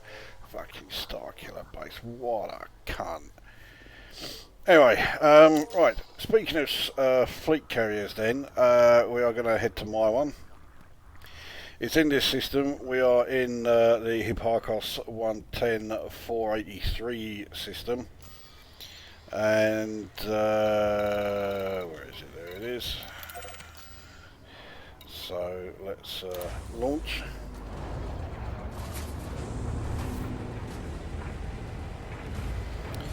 I did forget to do all of the refueling and everything else. Oh, I'll do it on the fucking carrier.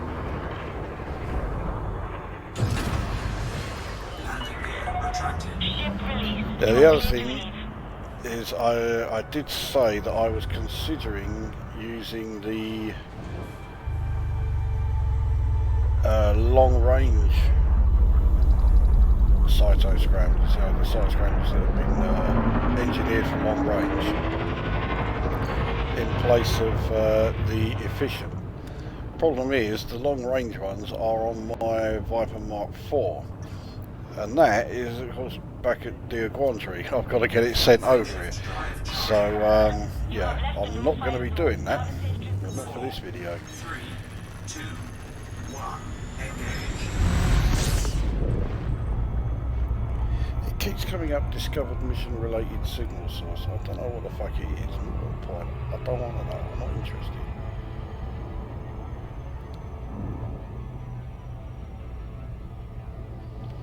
So my carrier is in orbit of the A moon of this ring system, or this planet rather. So during the betas, you remember the carriers were all Drake class. My one isn't a Drake class though. This one is a Nautilus class because I got one of the, well, I guess they're the carrier equivalent of ship kits. So it does look different. And you will also have noticed that yes, the carrier is called the Go Fuck Yourself. So yeah, that suggestion that I mentioned earlier about making other players welcome. I mean, anyone can use the thing, you know. If you are, but you know, if you are the sort of cunt who is going to be offended by seeing a ship called the Go Fuck Yourself, then you know, you're not someone I'd want around me anyway. So you know, I don't give a fucking monkey's bollocks.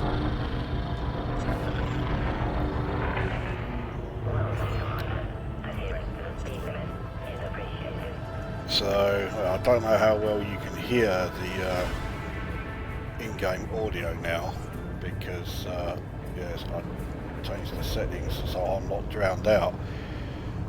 But here it is. So yeah, you can see it is visually quite a bit different from all of the Drake class carriers that you saw in the beta. It's all very flat on the top, but underneath, yeah, that's where all the structural stuff is. One thing you can't see is the paint job that I've got on it, because yeah, like I mentioned earlier in the video, another Frontier Developments fuck up. Yeah, the paint job disappears every time you leave the instance, so there's no point in me putting it back on at the moment until they sort that out. And considering that there is potentially quite a few people who bought ARCs just so they could do that, Frontier Developments are likely to make it a priority, or at least they will if they have even the vaguest amounts of sense, which is debatable at the best of times. Anyway, let's get docking position. Docking request accepted. Maintain an appropriate speed during approach. Maintain appropriate speed. Usually come off the top, but this time, yeah, this could be fucking awkward. Okay, like he is actually coming, he's already down, so that's alright. 15 is Landing gear deployed.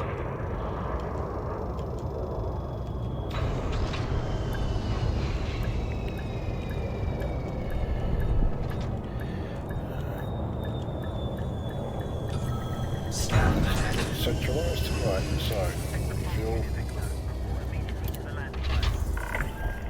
Docking confirmed.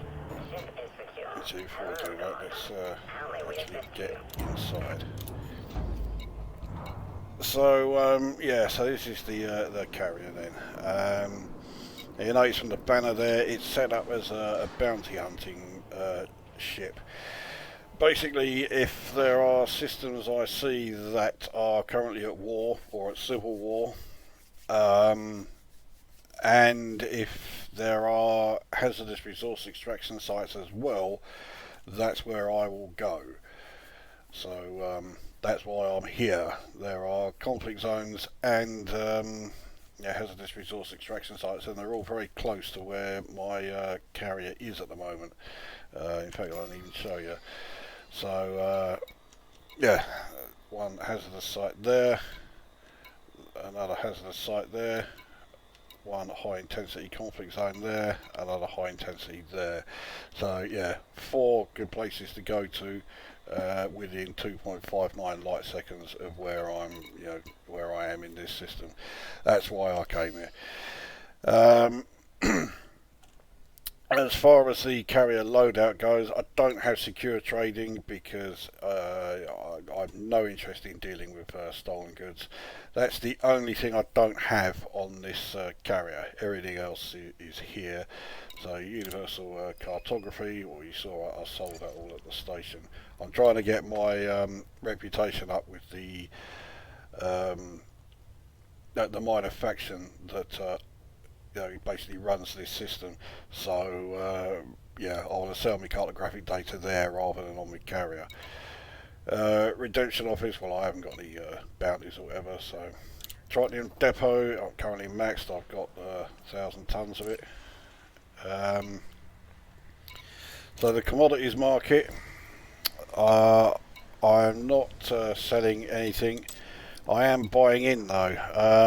So void opals, I'm paying 1,074,860. That is the highest I can set it. Same with painite, I'm paying 405,040. That is the highest I can set it. Low temperature diamonds, I have an insultingly low price, 24,993.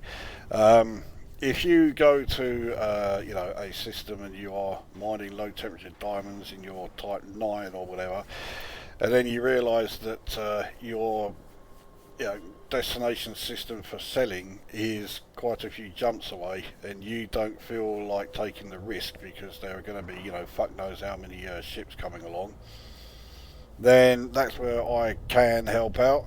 I will jump to a system that is very close, and you land on the carrier there, and then I will jump to the system that you need to go to.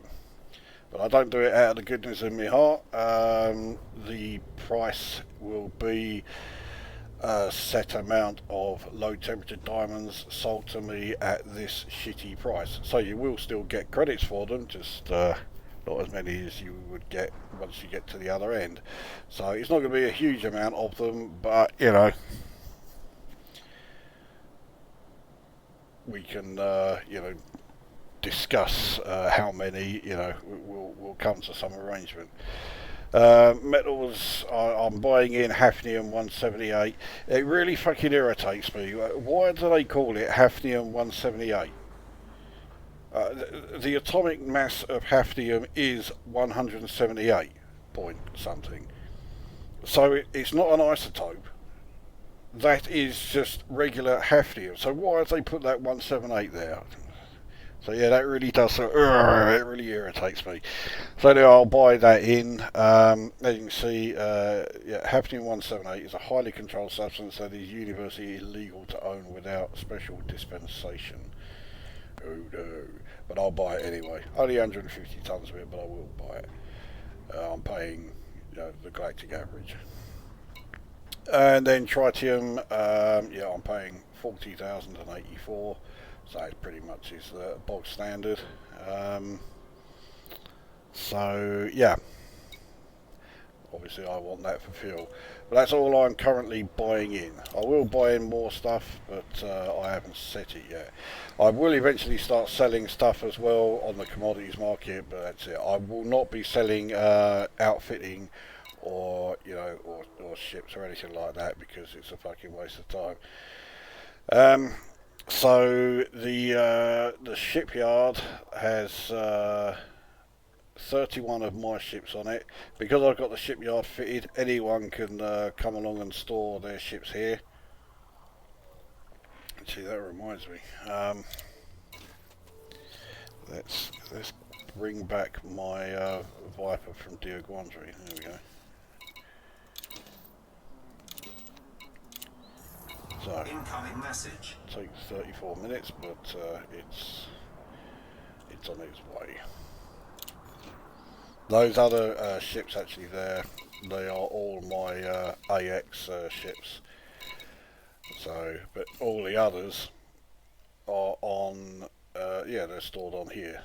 So, Mr. Creosote, Death Equals, Mr. Sparkle, Kinda Lingers, Woollamaloo, 38 plus 2 weeks per Ganadant, 0 to 19 Sad Onions, G plug Poo Melon Nye, Puskerd Wibbly Wobbly, Devil's Advocate, Number Wang 2, Chanticleer Hegemony, Copper Nitro Tritiate, Grocer Jack, Dave the Triffids, I'll Be Hooked, Cupid Stunt, Guilty of Countryside, SS Tabonga, Ploppy Son of Ploppy, Diaholy Strumming, SS Electric Barbarella, Dilligaff, Glorious Hackal, 0118-999-881-99-9119-7253, Beverly Sills Oumuamua, Romani Ite Domum, RMS Toilet Duck, Romanes Aeon Domus, Battery Acid Anima, and the Karl Marx. They're all stored here, along with Detsom and Gangvar when it shows up, and yeah, the Diamondback that I'm currently in, which needs a name. You had a few examples of the sorts of names that I give these things. You're not going to find a Star Killer base here, you know, or a USS Enterprise or anything like that. Right, now we need to go to outfitting, because all of my stored modules that have been engineered are kept here. It's the unengineered ones, they're all still kept at the engineer's base that is relevant for it, you know. So my missiles are kept at the base where, you know, the missile engineer is, and so on. So I will need to put on my 2 Cyto Scramblers. So they are going to bump up my power usage, but it's still, yeah, well within my power capacity, so I didn't need to go up to grade 5 overcharge on the power plant. So that means then that the ship now is finally fully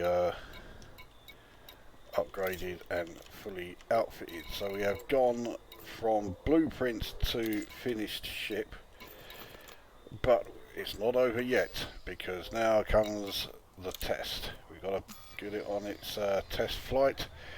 So we'll go to the hazardous resource extraction site that is nearby, and let's see how she does. So this has the efficient Cyto Scramblers, so they have a very short range, only 1 kilometre. We'll see how these do, and if it turns out that, yeah, they need a longer range, then yeah, we'll stick the long range ones that are currently on Viper Mark 4, and we'll put those on the on here. And these efficient ones, yeah, the Viper can have those. Frameshift drive charging. 4.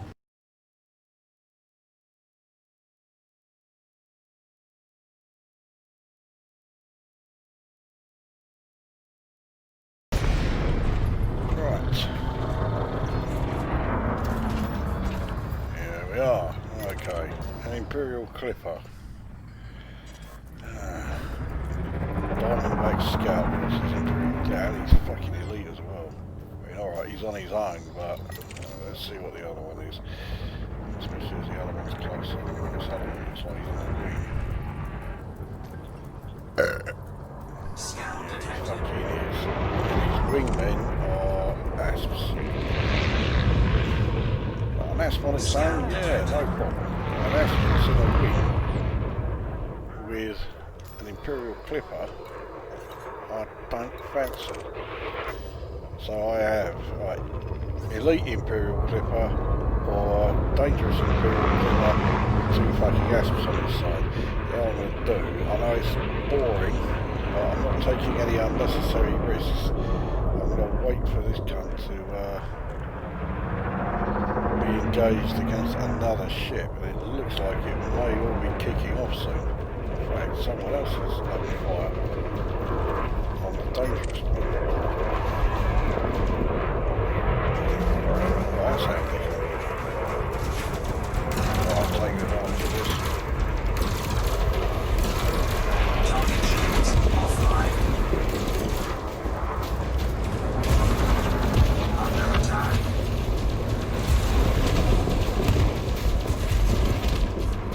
Well, fucking yeah. Target destroyed. Okay. Now that other one is buggering off, so let's deal with the 2 asps. Target shields Now, offline.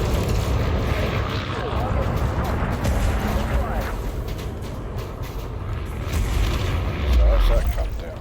Target destroyed. Here's the other asp. I can't see it. Oh, is this him? Must be being attacked. Target shields offline.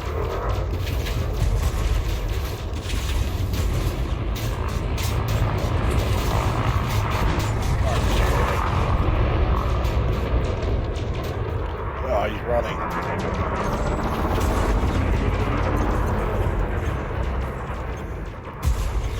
I don't think I'm going to get him before Frame shift charge detected. Right, let's have a look at the materials before I go and try and catch up with that other Imperial Clipper. So there's going to be a jump cut and I'll sit through all this back in a few.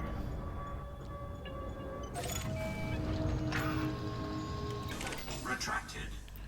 Right, it actually took me a while to get those materials, and I still ended up missing a few.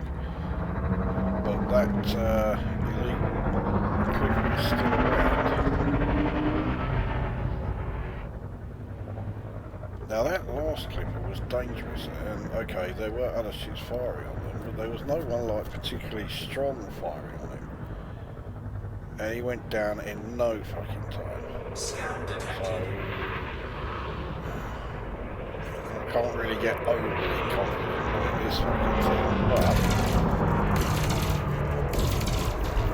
Under attack. yeah,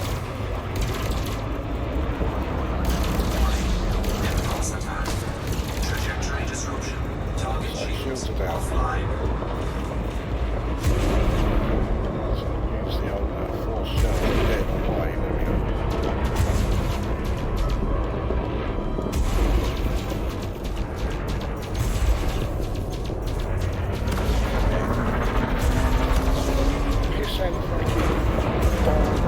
Scout. I'm flying him around all over the place. I mean, okay, he's not doing the short term, but that's because I'm, once again, standing right in front of him, giving him plenty of chances to fire. So, it's that exciting to go around.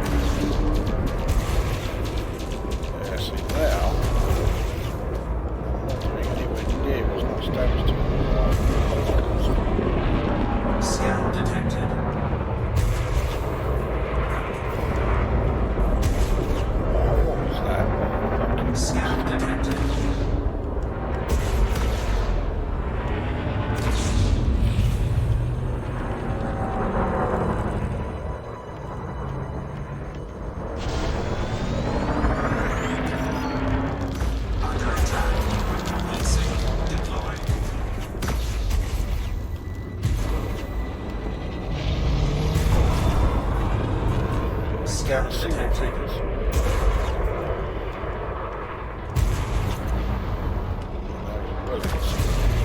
And that's him down. So elite Imperial Clipper taken out by Diamondback Scout, piloted by someone who clearly is shit at small ship combat.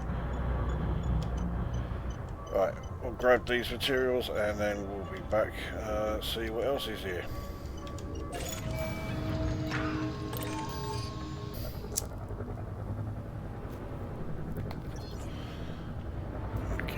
Okay, another Imperial Clipper. Now, this one's dangerous. Now, the last dangerous one got finished off in no time. Okay, I did have help, but still. Now, my shields are not very good at the moment.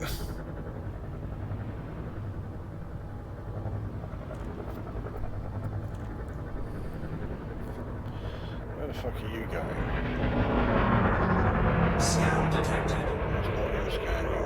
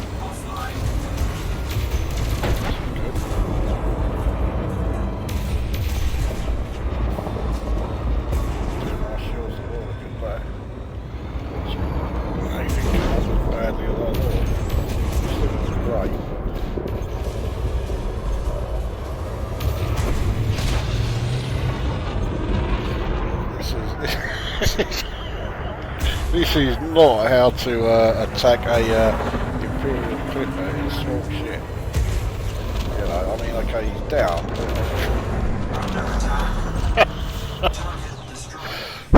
Fucking, what was that? Right, well, there's a few materials around. Not many that I can collect though, but I will have that. That will max me on those. I really do need a lot more practice at small ship combat, because that was fucking shite. That's it as far as the materials. Cargo scoop retracted. Head back to the central source and see what we can find. Asp Explorer. Doesn't look promising. That's why.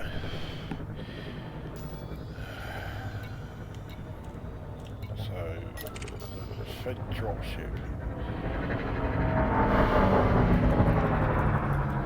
Now, the thing is, Fed dropships, okay, they're not the biggest or the most powerful ships in the game, but because their hulls are so strong, when you're in a pissant little thing like this, they could be a real problem. They're probably going to be tougher than an anaconda. I would say right away, I would feel more confident going up against an anaconda than I am about going up against this.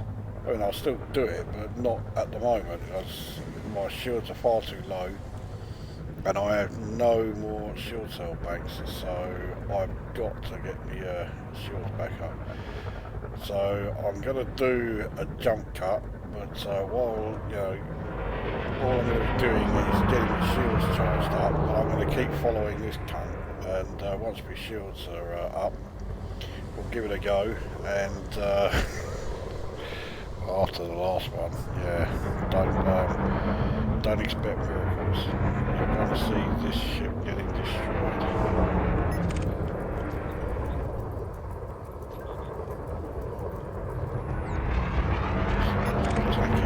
Type 6. So it's attracting all the fucking I mean, even with how shit I am in small vessels, taking on an Eagle would not be any sort of challenge at all.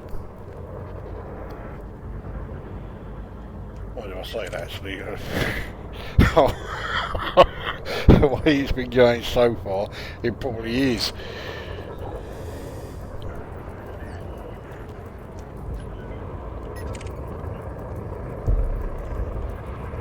Okay.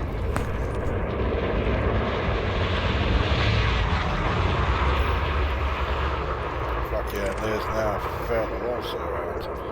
Okay, he's a long old way away. And he is only competent using a Weir 3, so fuck that.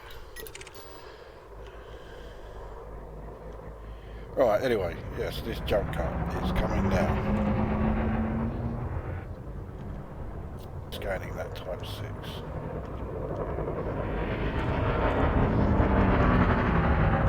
Spent all that time within the fucking rings. Now that my shields are okay, now get back in there.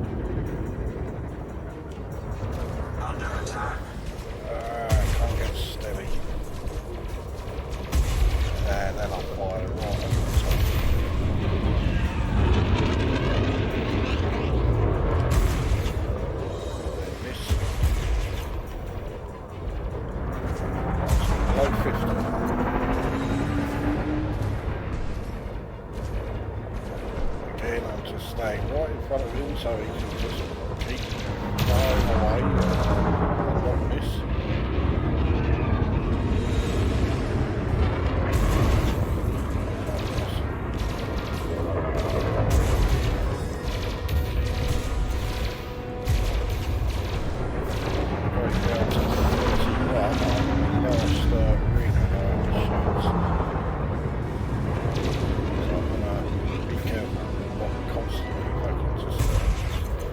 standing there right in front of me like this. Under attack.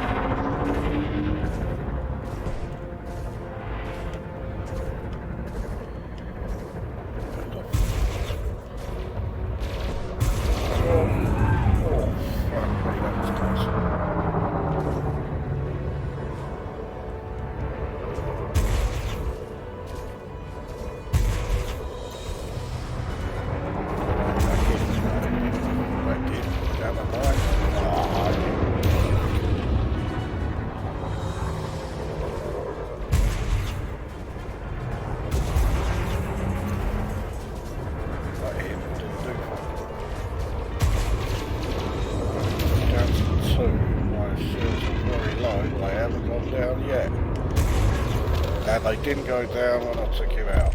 Now for me, that was fucking good. So I didn't use a single shield cell bank, largely because I can't, I haven't got any.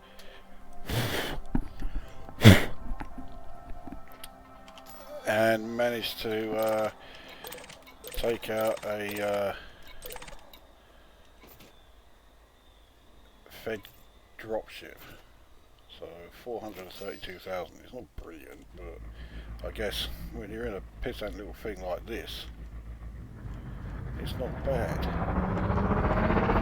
And certainly, this is like I said when I did my video of the Sidewinder, certainly makes combat a lot more challenging, a lot more fucking difficult. You're not just going in there and just, you know, wiping the floor with absolutely everything you encounter. I think that's one of the reasons why I do like the small ship combat, because for once there is actually risk there, you know, there is jeopardy. I know that I'm not just going to turn up and just fucking annihilate everything that I come across. It is a bit slow going. I mean, you know, this Cobra Mark III is likely to be the last ship that I take on because, okay, shields are very low, I need them to charge up a bit. And also, I don't have a lot of ammo left. So I need to improve my aim and my manoeuvring in these small ships. And I've also got to stop this constant fucking, you know, just staying right in front of them so that they have no problem as far as firing on me. He's just obsessed with trying to take, trying to get his hatchback Olympics. This guy's a fucking python. Oh, the python is who he's going after. I wasn't even looking, he flew away. And I just fucking stood there. Alright, where's he gone? Looks like he's fired another hatch breaker at somewhere else. And I think that's that same python. So he's obviously quite obsessed with getting this python. Now, after taking out a Fed gunship, a Cobra Mark III should be easy, but you can bet your life I'm going to fuck this up. This is going to be one too many, because my shields are just not strong enough. And that first ring on the shields there is 50%, so my shields aren't even at 50% yet.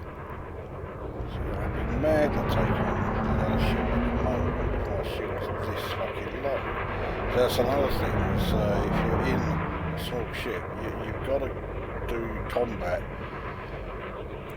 with a lot more subtlety than, you know, I have been. So, you know, I'm in that six cannon Anaconda, and I'm just constantly blasting everything away, so that you know, it's down within like, you know, a few seconds. I can't do that here. He's got his cargo scoop going after. See if provide any sense if I had the shields. I'll take him off now so that his mobility is fucked.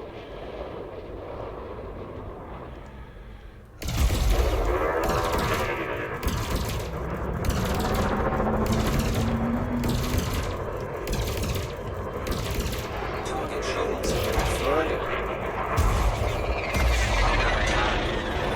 He has fucking rolled.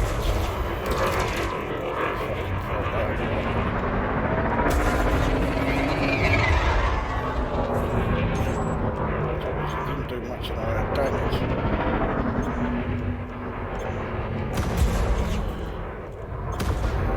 Shit, it's so narrow. Oh, what was that? Nowhere fucking near.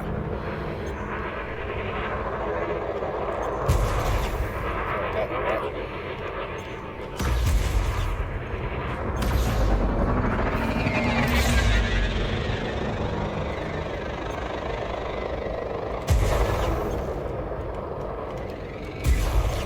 Target shields online. Target shields offline. That was right. Right, yeah, he's very low now. Shouldn't have too many problems. Under attack. Oh, that's a rabbit. Yeah, get away with it.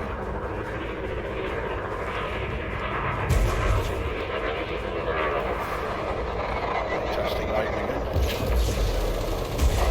There we go. So that was easier. But then, you know, I mean, it's a Coat Mark III. It's not going to be, you know, as challenging as anything else. I mean, 2 Pythons, 2 fed dropships. Now, if I was in, you know, a medium ship, I'd be saying, fucking, yeah, you know, let's go after them all. But, yeah, I'm not. I'm in a pissant little thing like this. I wouldn't stand a chance. So I think 464,000. See, I didn't even make 500,000. But, yeah, I'm in too bad a shape. So, I mean, it's going to sound weird considering what a total fuck up it's been, but I think the ship is good. The problem is the fucking prick behind the controls here. I've got to get more practice in at flying smaller ships in combat. So it's a good job I have a few. So I think a few more combat runs Frameshift drive charging. in this thing, or indeed any of my small ships, 3, is very much in order. 1. Engage. But there we go. That then is the test flight of the new ship. So we have now seen it go from the proposed idea on the Coriolis website through to its being put together, being engineered, and then making its test flight in the extraction site. And yeah, not what you would call a resounding success. But yeah, I don't think that, well, I say, I don't think that's the problem ship. And the ship could work quite well. I do also think it could do with long range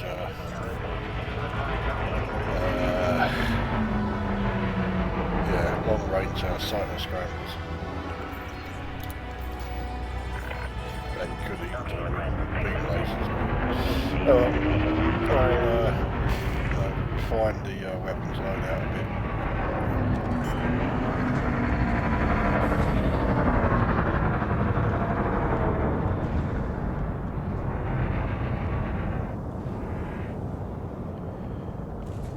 Landing gear deployed. This thing does seem to take an awful long time to deploy to landing gear.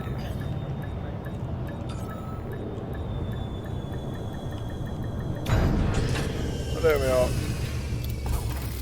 One Diamondback Scout from scratch. So that then will do for this video. Now go away. Right, well, it is the next day, and following the initial test of the new Diamondback, and it didn't go very well. I then had another test which I didn't record, and if anything that was even worse. It was as good as that. Basically I took out one ship. Now okay, it was a federal assault ship, but in order to take it out I had to use all of my shield cell banks, and I also still lost my shields, and so I think I was on about 70% hull when I finally took him out. So as well as the fact that, you know, I still keep fucking up the combat side of it, because I still keep taking on enemies in exactly the same way as I do when I'm in like an Anaconda or a Corvette or something. And of course I'm not in a Corvette, I'm in a Diamondback, and there is a world of difference between the two fucking ships. So yeah, the way I actually do the combat is obviously not working, but also there was something fucked up about the ship loadout, and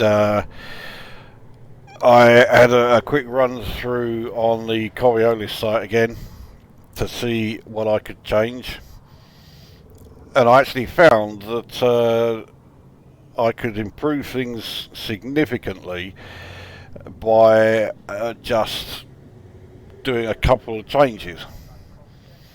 So I've done them. I won't say what they are yet, because I want them to, you know, I want to see if they work. If they work, then yeah, I'll let you know what they are. Actually, even if they don't work, I'll let you know what they are, but I'm not going to reveal it right now. So I'm going to head into the hazardous resource extraction site again, this time hoping there's going to be something actually worthwhile in there.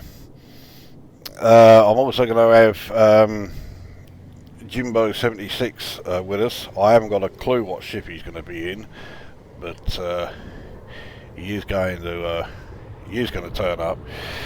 And yeah, initially I want it to just be still one-on-one, me taking on an enemy, and see how I do, and then we'll test it out to see how it does in a role as well. I don't think this will be the support ship. I suspect whatever ship he is in will be the support ship. I keep forgetting that there is an NPC pilot in here called Karl Marx. I saw that and I was thinking, why is my ship sending out a message, my Imperial cutter, especially as I'm not even in it. So anyway, that's what we're going to be doing. We'll head over to the extraction site, and yeah, I'll take on a couple of ships, maybe 2 or 3 ships, and then we'll see how it does whilst in a wing. I mean, I suspect in a wing it'll be fine, because if I am in trouble, he'll probably, I'm going to guess he'll be in his Corvette, and yeah, if anything, the thing I've really got to watch out for is friendly fire, because yeah, if he hits me with those 2 class 4 beams, my shields aren't going to like that very much. Right, anyway, so that's what is coming up. In fact, as far as you're concerned, it's coming up right now. Well, we'll see how lucky we are. It's not looking good. Well, there's an Imperial Clipper.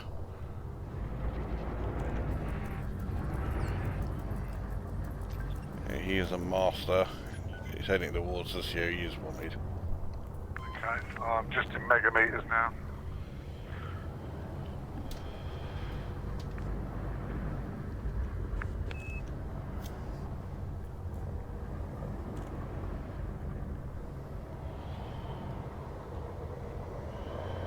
Scan detected. Just been scanned by a Fed assault ship, so yeah, there's a couple of decent ships around. Okay. Once you... I'm just about to drop in now. Okay. The thing is, if you turn up at the extraction site in a Diamondback Scout, I mean, a decent ship could be almost anything.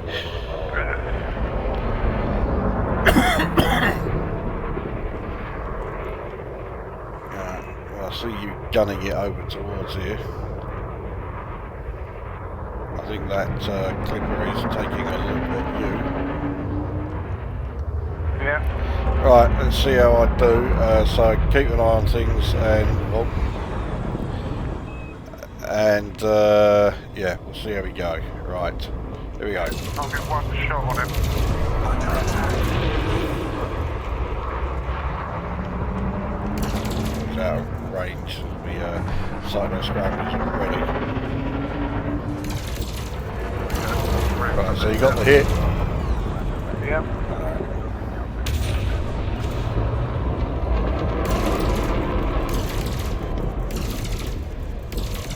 Right, so shields are already down.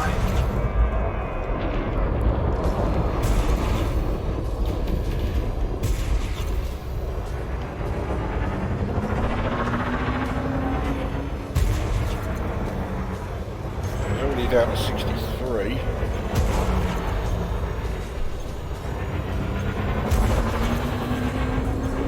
$39.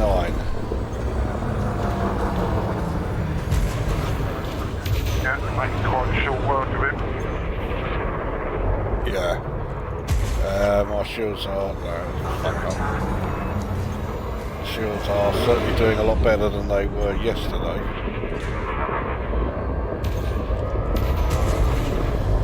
He's down to 23, 11, and that's him down. I mean, okay, he was only a master, so not brilliant, but nevertheless, Shields. taking out an Imperial Clipper in a Diamondback, I'll take that. Yeah. Not to be sniffed at at all. Any decent material kicking around? Well, he's dropped focus crystals. I need 21 of those. What else has he dropped? Galvanizing alloys, shield emitters, high density composites.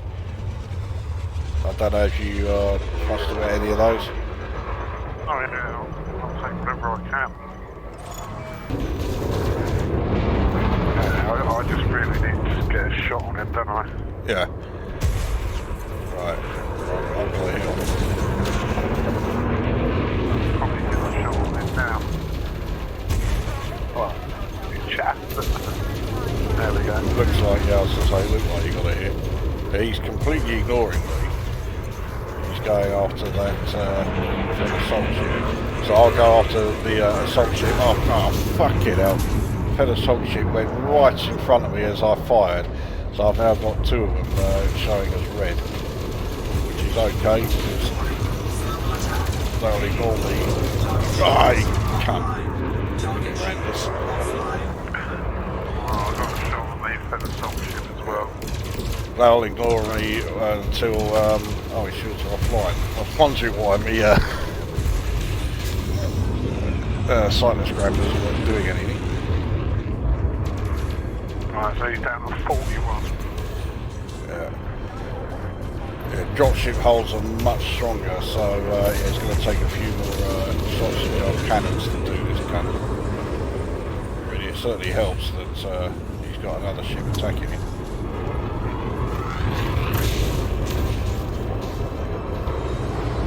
And the other ship's just lost his shield as well. It's pretty much done, isn't it? Yeah. There we go. It's done. Right, let's target the assault ship. So, yeah.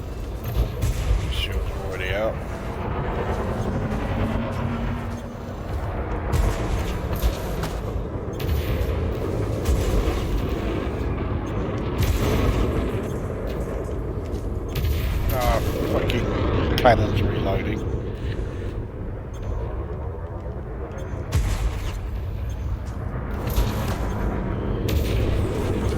Target shields online. These shields are back. Yep. Not for long. Heat sink deployed.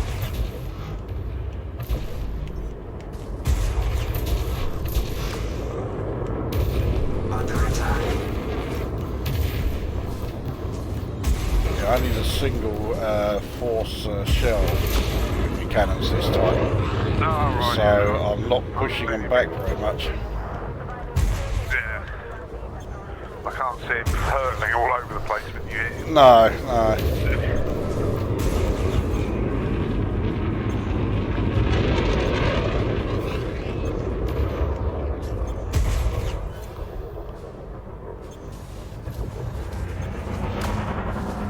Yeah, I can already see what a difference this remodding has done. I would not be getting away with flying like this as it was.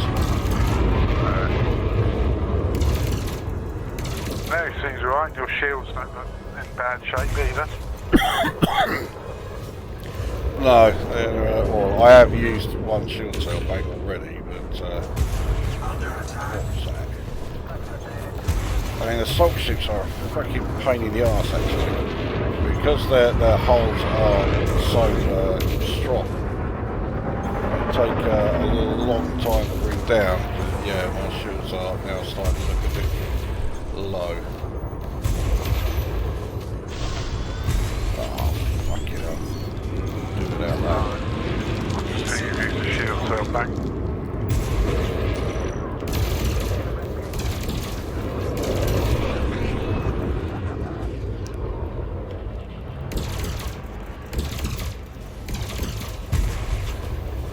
I'm not getting a notification when his shields go offline, so I'm having to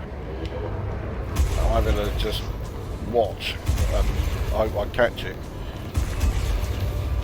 So he's down at 4, and that's him down. That took longer than I thought, but Target destroyed. if it had been with the previous loadout, my shields would definitely have gone down. I'm going to grab these 4 focus pistols. Yeah, I'm maxed on them. There's a dropship kicking around. Cargo scoop retracted. Right. Well, his wingmen are sidewinders. Oh, good old sidewinder. Yeah. I mean, I might fancy my chances against those. Well, the old gunship's down. I think your sidewinders are more likely to run away. You've attracted the attention of another dropship.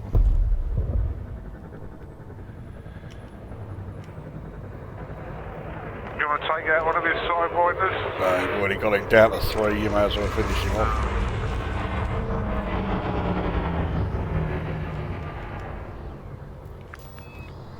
I reckon you could have done that, Friendship wouldn't you, right? charge detected. Possibly.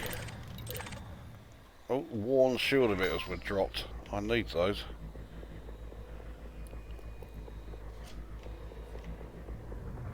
How comes those worn shield emitters are like 3 kilometres away? So who's that you're taking on there? That's the last of his wingmen.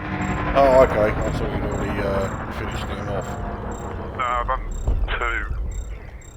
There we go. Well, there's a deadly diamond scout just scammed me. So that'd be a good one for you to up against. Yeah. Lucky me. Alright. Let's see. Thing is, these fucking things are so manoeuvrable. I can't. Yeah, he's leaving me behind. Hang on. Oh, I thought you'd turn around. He's gone out of range for me. Oh, he's still in range here, but he's not in weapon range. because the old sightless scramblers only have a range of 1 kilometre. Oh, of course, yeah. Well, I'll come in and get a shot on him once you've made a start. Of course, it would help if I didn't have my cargo scoop still extended, wouldn't it? Yeah.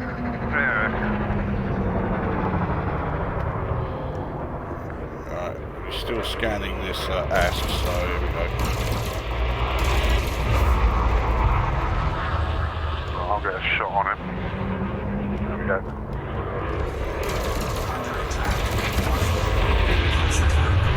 Trajectory disruption.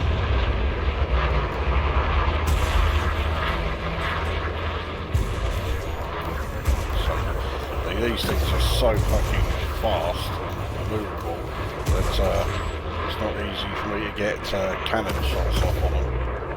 We've got railguns. Well, he's nearly down at 2. There he is. Oh no. Okay, well, alright. That's not how I was meant to take him out, but you know, it still works. Target destroyed. Alright, let's see what this cunt's all about. Okay, now I've got a shot on him. Always wait till he goes purple. Yeah. So shields are down, no surprise, because gunship shields are shite. This is the hard part, the fucking getting his hull down.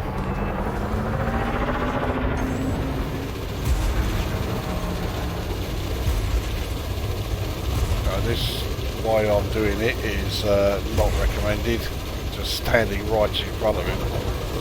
Basically fighting him like I'm in either a Corvette or an Anaconda, but of course I'm not in either of those.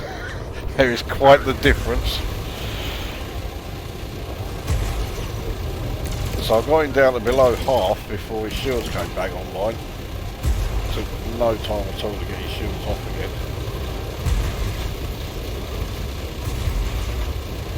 Down to 13. Hey, this is easy. There he is, he's down. There we go. Well, I'll line another one up for you. It's a vulture. Oh, vultures, they're going to be so fast. Hang on a second, let me grab his shielding sensors he dropped. Deployed. Scan detected. I only need 9, so this is 3 of them. Yeah, I've got him. Alright, let's see how we do against this cunt.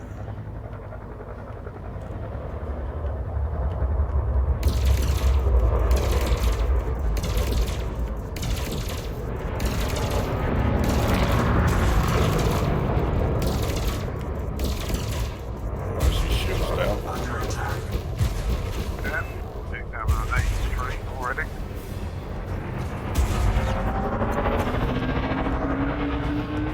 Yeah, even though I've only got one of the force shells, I'm blasting him backwards.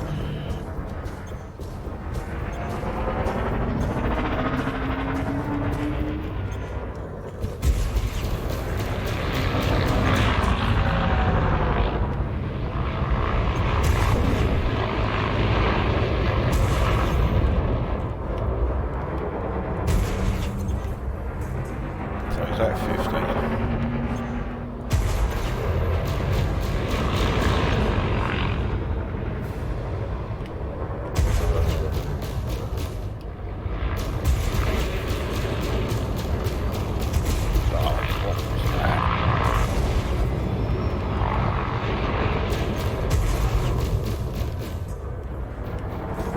Under attack.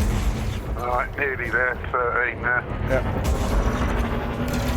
I don't mind their shields coming back online because that means I can do more damage to them through the sightless scramblers. Yeah, we of course go through the shield, don't we? Yeah. And oh, well, that's him down. There's another Asp Explorer around. I don't know if that one will be wanted or not. Have a look.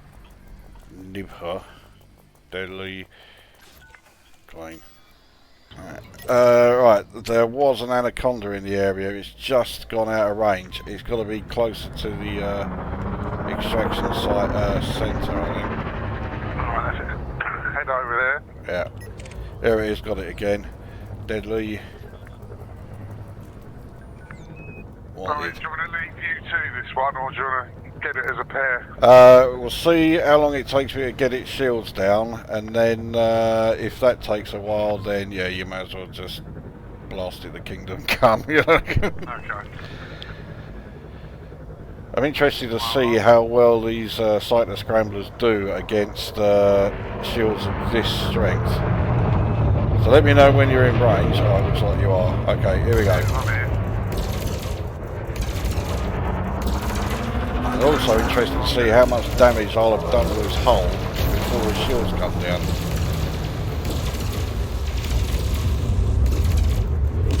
Well, you've got half his shields down already. Yeah.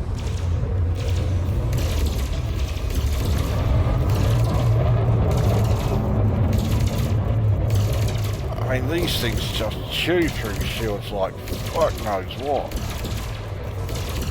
So as his shield's down, he's on 94. Okay, may as well let rip. I'm just trying to target him, he just heat sinks.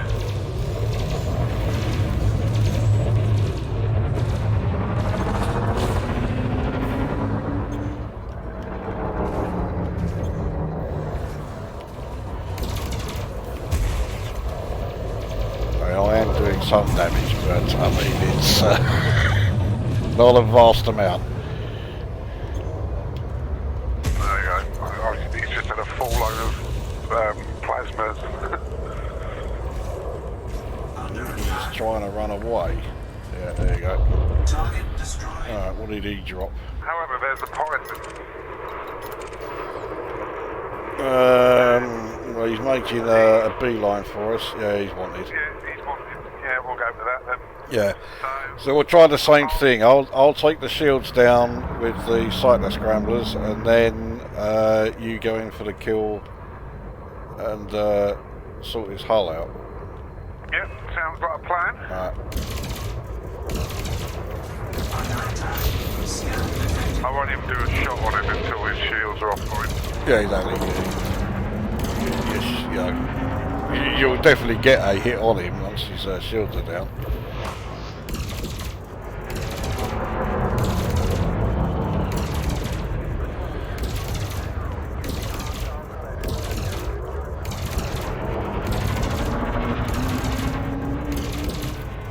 Again, I'm flying around with the cargo scope. Yeah, that keeps you nice and slow. Just a bit. See, I don't mind him using shield cell bank, because that means I can do more damage to his hull through his shields.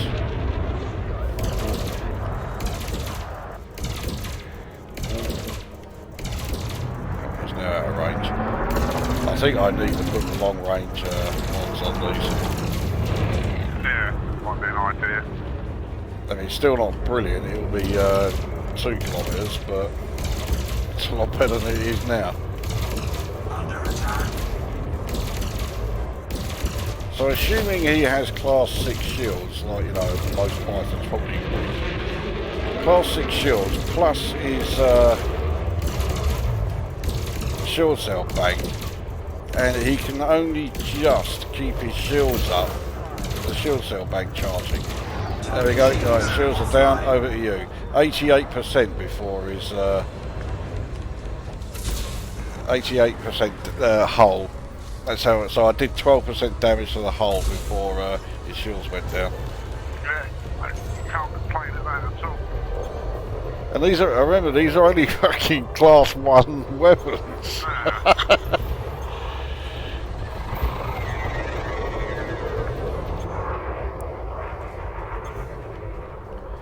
Yeah, I'm quite low on cannon ammo, so I'll take pot shots occasionally, but I can't do a hell of a lot.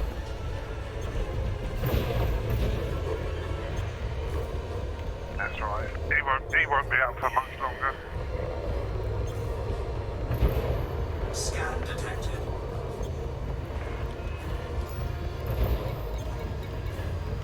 just been scanned by a fucking Diamondback Explorer. He can piss off, even if he is in a larger ship than I am. Target shields offline.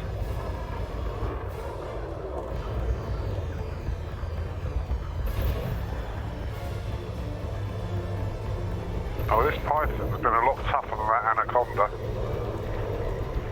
Python hulls are quite strong. I mean, I suppose it doesn't help, but it looks like you missed with every single plasma shot. I've got a few. I mean, don't forget, it looks different. Oh, you didn't? Oh, okay. Like the beams are missing as well. Yeah, okay. It looked like you missed with the plasmas all the time, but yeah, it could be just the rendering on here. Yeah, I noticed that when we did the Thargoid stuff, it looked like all my Gauss shots were missing. Yeah. When I was on your video, but on my video, they were landing, well, some of them were. Yeah. Well, that's again usual Frontier Developments coding. Right, same again. I mean, it's not going to take 5 seconds to take the shields off a gunship because their shields are so shit. So you've got the the more difficult task of this one. Right, okay, well let's see if my plasma shots actually land on him on your video. Alright. As well as mine. Right, he's scanning me anyway. Yeah, well, that's a good time to fire him while he's relatively stationary.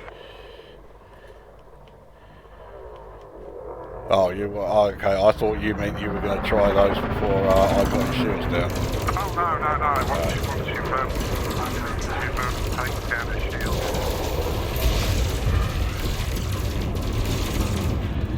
Alright, so the shields are nearly off. Just been fucking outmaneuvered by a Fed gunship. There you go, his shields are down. I'm going to take out his pissant little ship launch fighter. Okay. Oh, and that's me just slammed into the... Right. Okay, let's get him with the plasma. That's fun. I just realised actually this ship launch fighter is going to be a real pain in the arse because once I've got his shields down, I've then got to try and take him out with fucking cannons.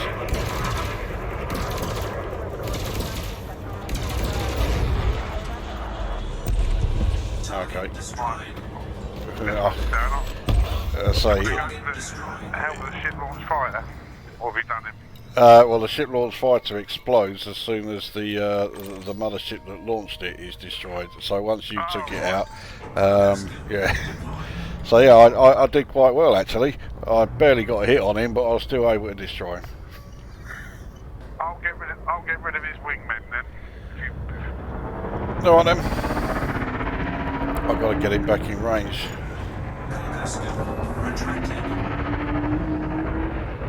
Alright, as soon as he's in range, I'll open fire. Yeah, I'll open fire on his wingman. There we go. Alright, that's his shields down.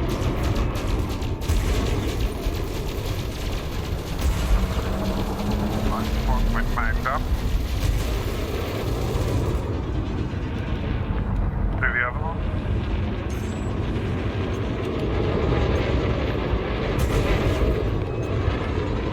I think he's flew into a rock. Good what I've done.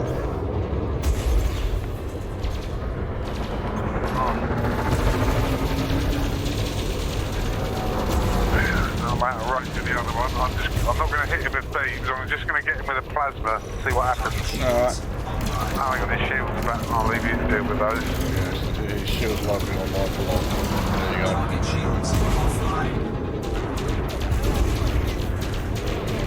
Right. Yeah, he was rubber banding again there.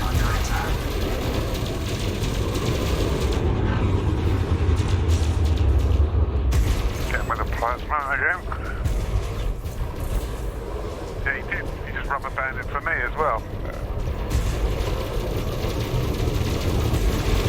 Alright, that's it out.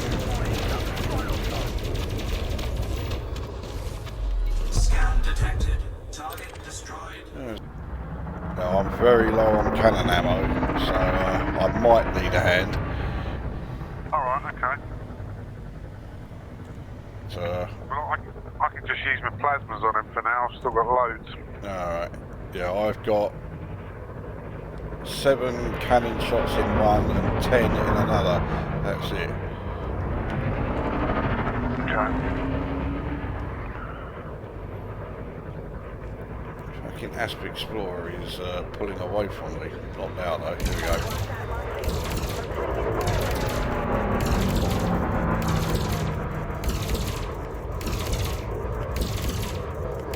So his shields are down before he even managed to turn. Under attack.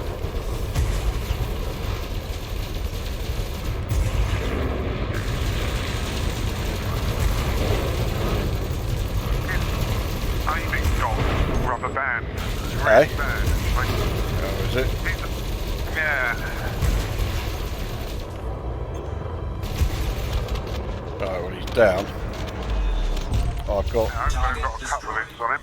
yeah, I've got 2 cannon shots left. So of course now they fail a lot shows up. Oh, well, I can give you a hand with that. He's out of range for me, so I'll just follow you. Okay, he's 8 kilometres. He's not heading towards us, but now he is. He's dangerous, so yeah, he's going to be a bit of a tricky one. Okay. Well, do you want me to leave you to do the shields? Yeah, can do. I mean, the shields on the fair ones are not his strongest point. Yeah, he's just scammed me anyway. Yeah, Okay. well, I'll interrupt that.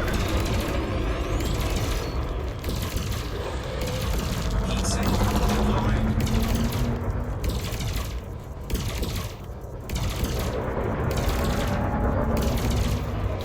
Under attack.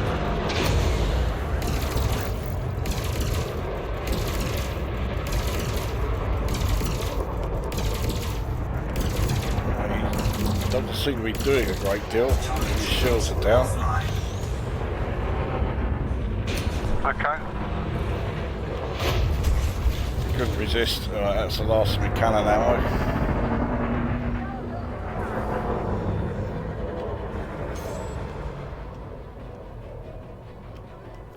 Yeah, he's only down to 4%.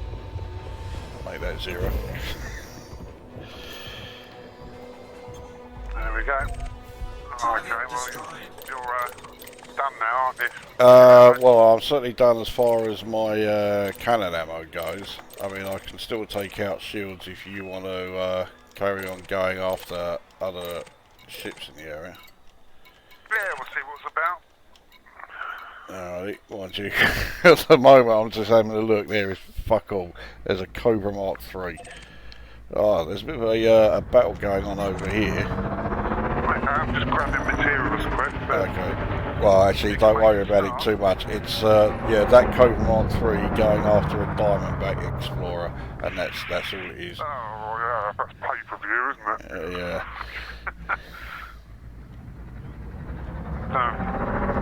Oh, I've just got shielding sensors. I apologise for that. I think I'm maxed on them now, so I don't need to worry about them. And chemical processors. I'm maxed on all the rest. But there's protolite alloys. Have you got them? Precipitate alloys? I'm all right for all of those. There's an elite Asp Explorer here. Alright, let's go for him then.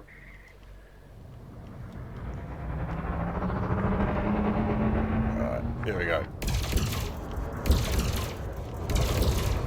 Under attack.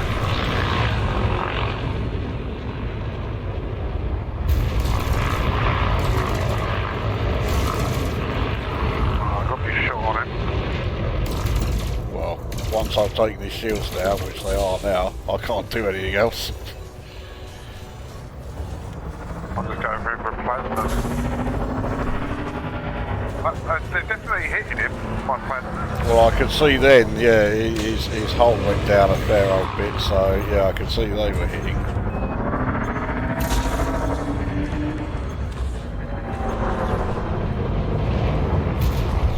Alright, let's give him some beans.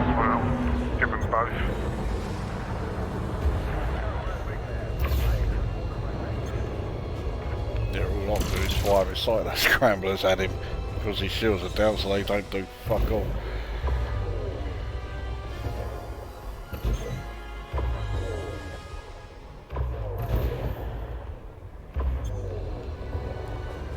Certainly piling in the rail guns on you. Yeah, but he hasn't even touched my shields. He's quite tough, but then he's elite, so he's probably engineered a bit. Well, I don't know if he's actually engineered, but yeah, being elite it will certainly make him a bit more difficult. he's chaffing a lot as well. There you go, shields. Shields are back up, okay. I'll let you take them down. That's not quite how I meant to do it, but there you go. Well, did you ran into him? Yeah.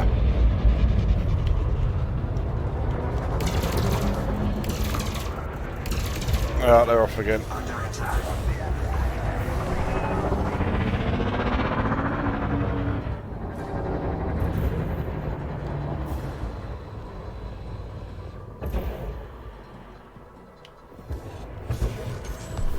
There we go. Yeah. Finished him off with a plasma. Target destroyed. Alright, any materials there that I need? Probably not. No. So there's more tritium canisters being dropped around. My limpets might even grab them, but they're Well, they'll be classed as illegal, yeah. And you haven't got a illegal trader on your carrier, have you? No, no.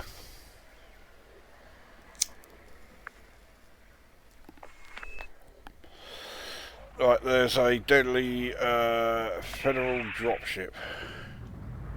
Okay. Horace Spider. I might ignore these tritium canisters. I always do, because I don't know if, well, even if I did pick them up, all I would do is stick them in the, you know, the tritium storage area, and that's full at the moment anyway, so... Right. Okay. That I'm out of range, I think. Yeah, if you just follow me, I'm heading towards him slowly but surely. He's, for a dropship, he's fucking moving.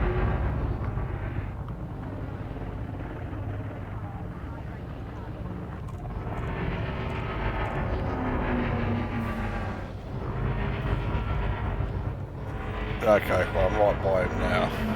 Okay, I'm 9 away while I'm boosting towards him.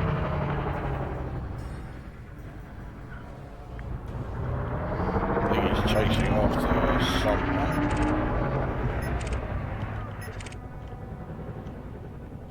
Can't see who.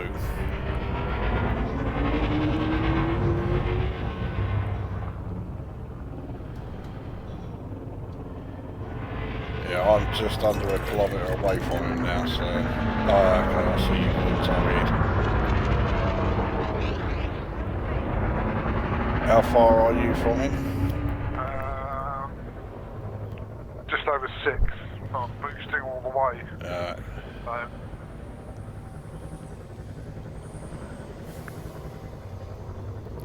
Obviously I won't do anything until you're in range, because even if I do take your shields down, well, that's all I can do. okay, we might as well start now. 3 or so away. Alright. Okay, here we go.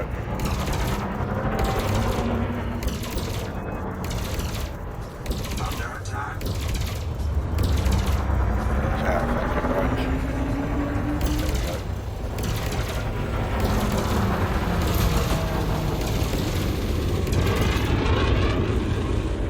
Oh, he's attacking me. Bless him. Well, I mean, you gotta give him credit for, you know, at least attempting it. Even if it is a pretty fucking stupid thing to do. Yeah, why go for a Diamondback Scout when there's a Corvette after the team? Yeah. Alright, there you go. Over to you. he's still constantly firing on me. Oh, he goes, yeah, alright. He caught his attention.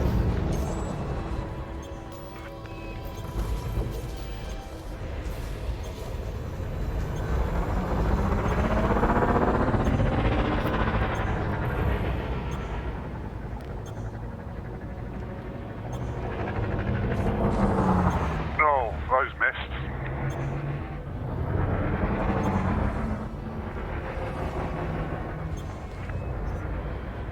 Alright, well, I'll start moving back in range because it looks like his shields are going to be coming back up again fairly soon. There we go. Shields online. Under attack.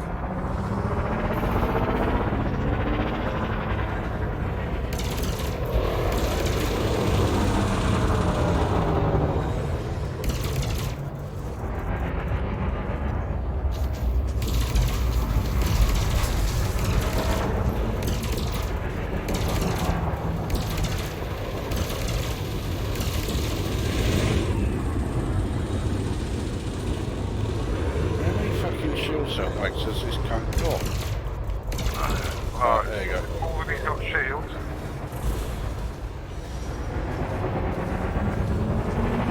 Frame shift charge. Yeah, he's running. Running. Yeah.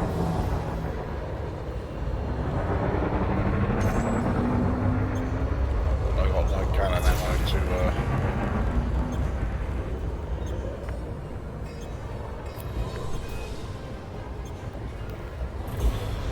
oh.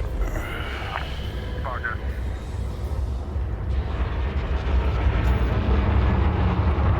That was annoying.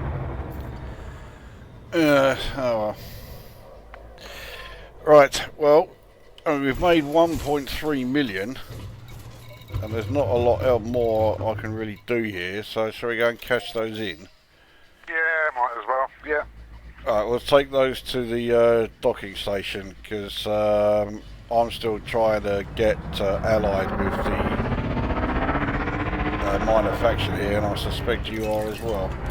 Yeah, I'm starting yet, but now's as good a time as any. Frame shift drive Which charging. one? Orbital, is it? Wolf Orbital, yeah. 4, 3, 2, 1. Engage. I mean, it's orbiting the same planet, but it's, you know, 104 fucking light seconds away, so it's not what you call a close orbit.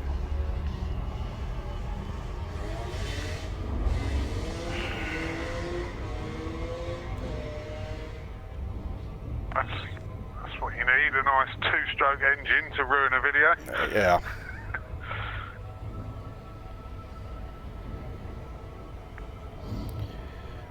Well, yeah, I mean, I think the fact that I managed to get it up to 1.3 million shows that, yeah, this loadout is working far better than the previous one.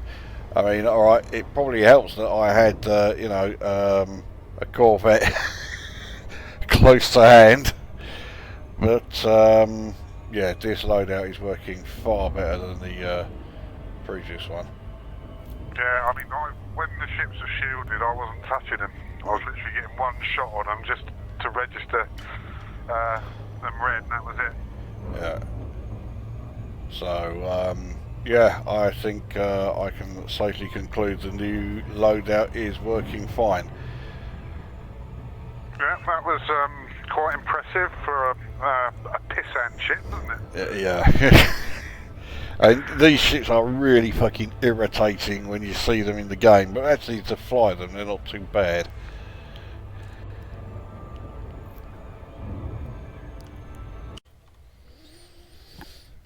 Well, there's certainly no denying it. The change to the loadout there, or the change to the engineering, has made an enormous difference.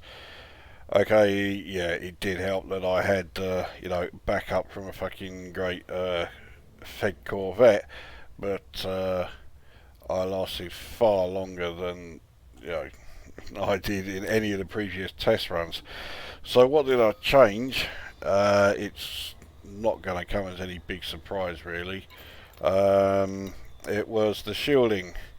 So the shield generator, I got rid of the enhanced low power shields. They just weren't good enough, and it meant that there was always one resistance that was awful. So they've now been replaced with thermal resistant shields. High cap experimental is still there, and the shield boosters, so the heavy duty with supercapacitors is still there. Well, the resistance augmented supercapacitors, actually I think that was already there as well. And then this one, this is the one I think was thermal resistant. So that's been changed to standard, well I say standard, to resistance augmented with force block experimental. Because with those changes it was then the kinetic resistance that was the weakest. But weakest in a relative term, because now, okay, shield health is actually down, so it's at 492, but the resistances are so much better. So yeah, kinetic resistance 49.2, thermal resistance 56.5, explosive 64, and they are so much better that now effectively my shield strength, they're all in 4 figures. And I have large ships with weaker shields than that, which is a bit ridiculous really, but yeah, so that's made all the difference. So that was where I fucked up in the shield engineering, but yeah, I've got that sorted out now. So now the Diamondback Scout is definitely, yeah, definitely finished. It doesn't need any more changes. It's doing more than fine. So I suspect it's not long before I take one of my small ships, because I've got a few. And I'm, yeah, certainly going to be taking one of those into a conflict zone. Not on my own, because yeah, I think that might be going a bit too far, unless I go to like a low intensity one. But yeah, a video of a small ship in a conflict zone, I think is on the cards. So that is this video done at long fucking last. It's taken far longer than I thought. And now I've got to edit the fucking thing. What fun. Anyway, that is it done. So, yeah, now I'll go away.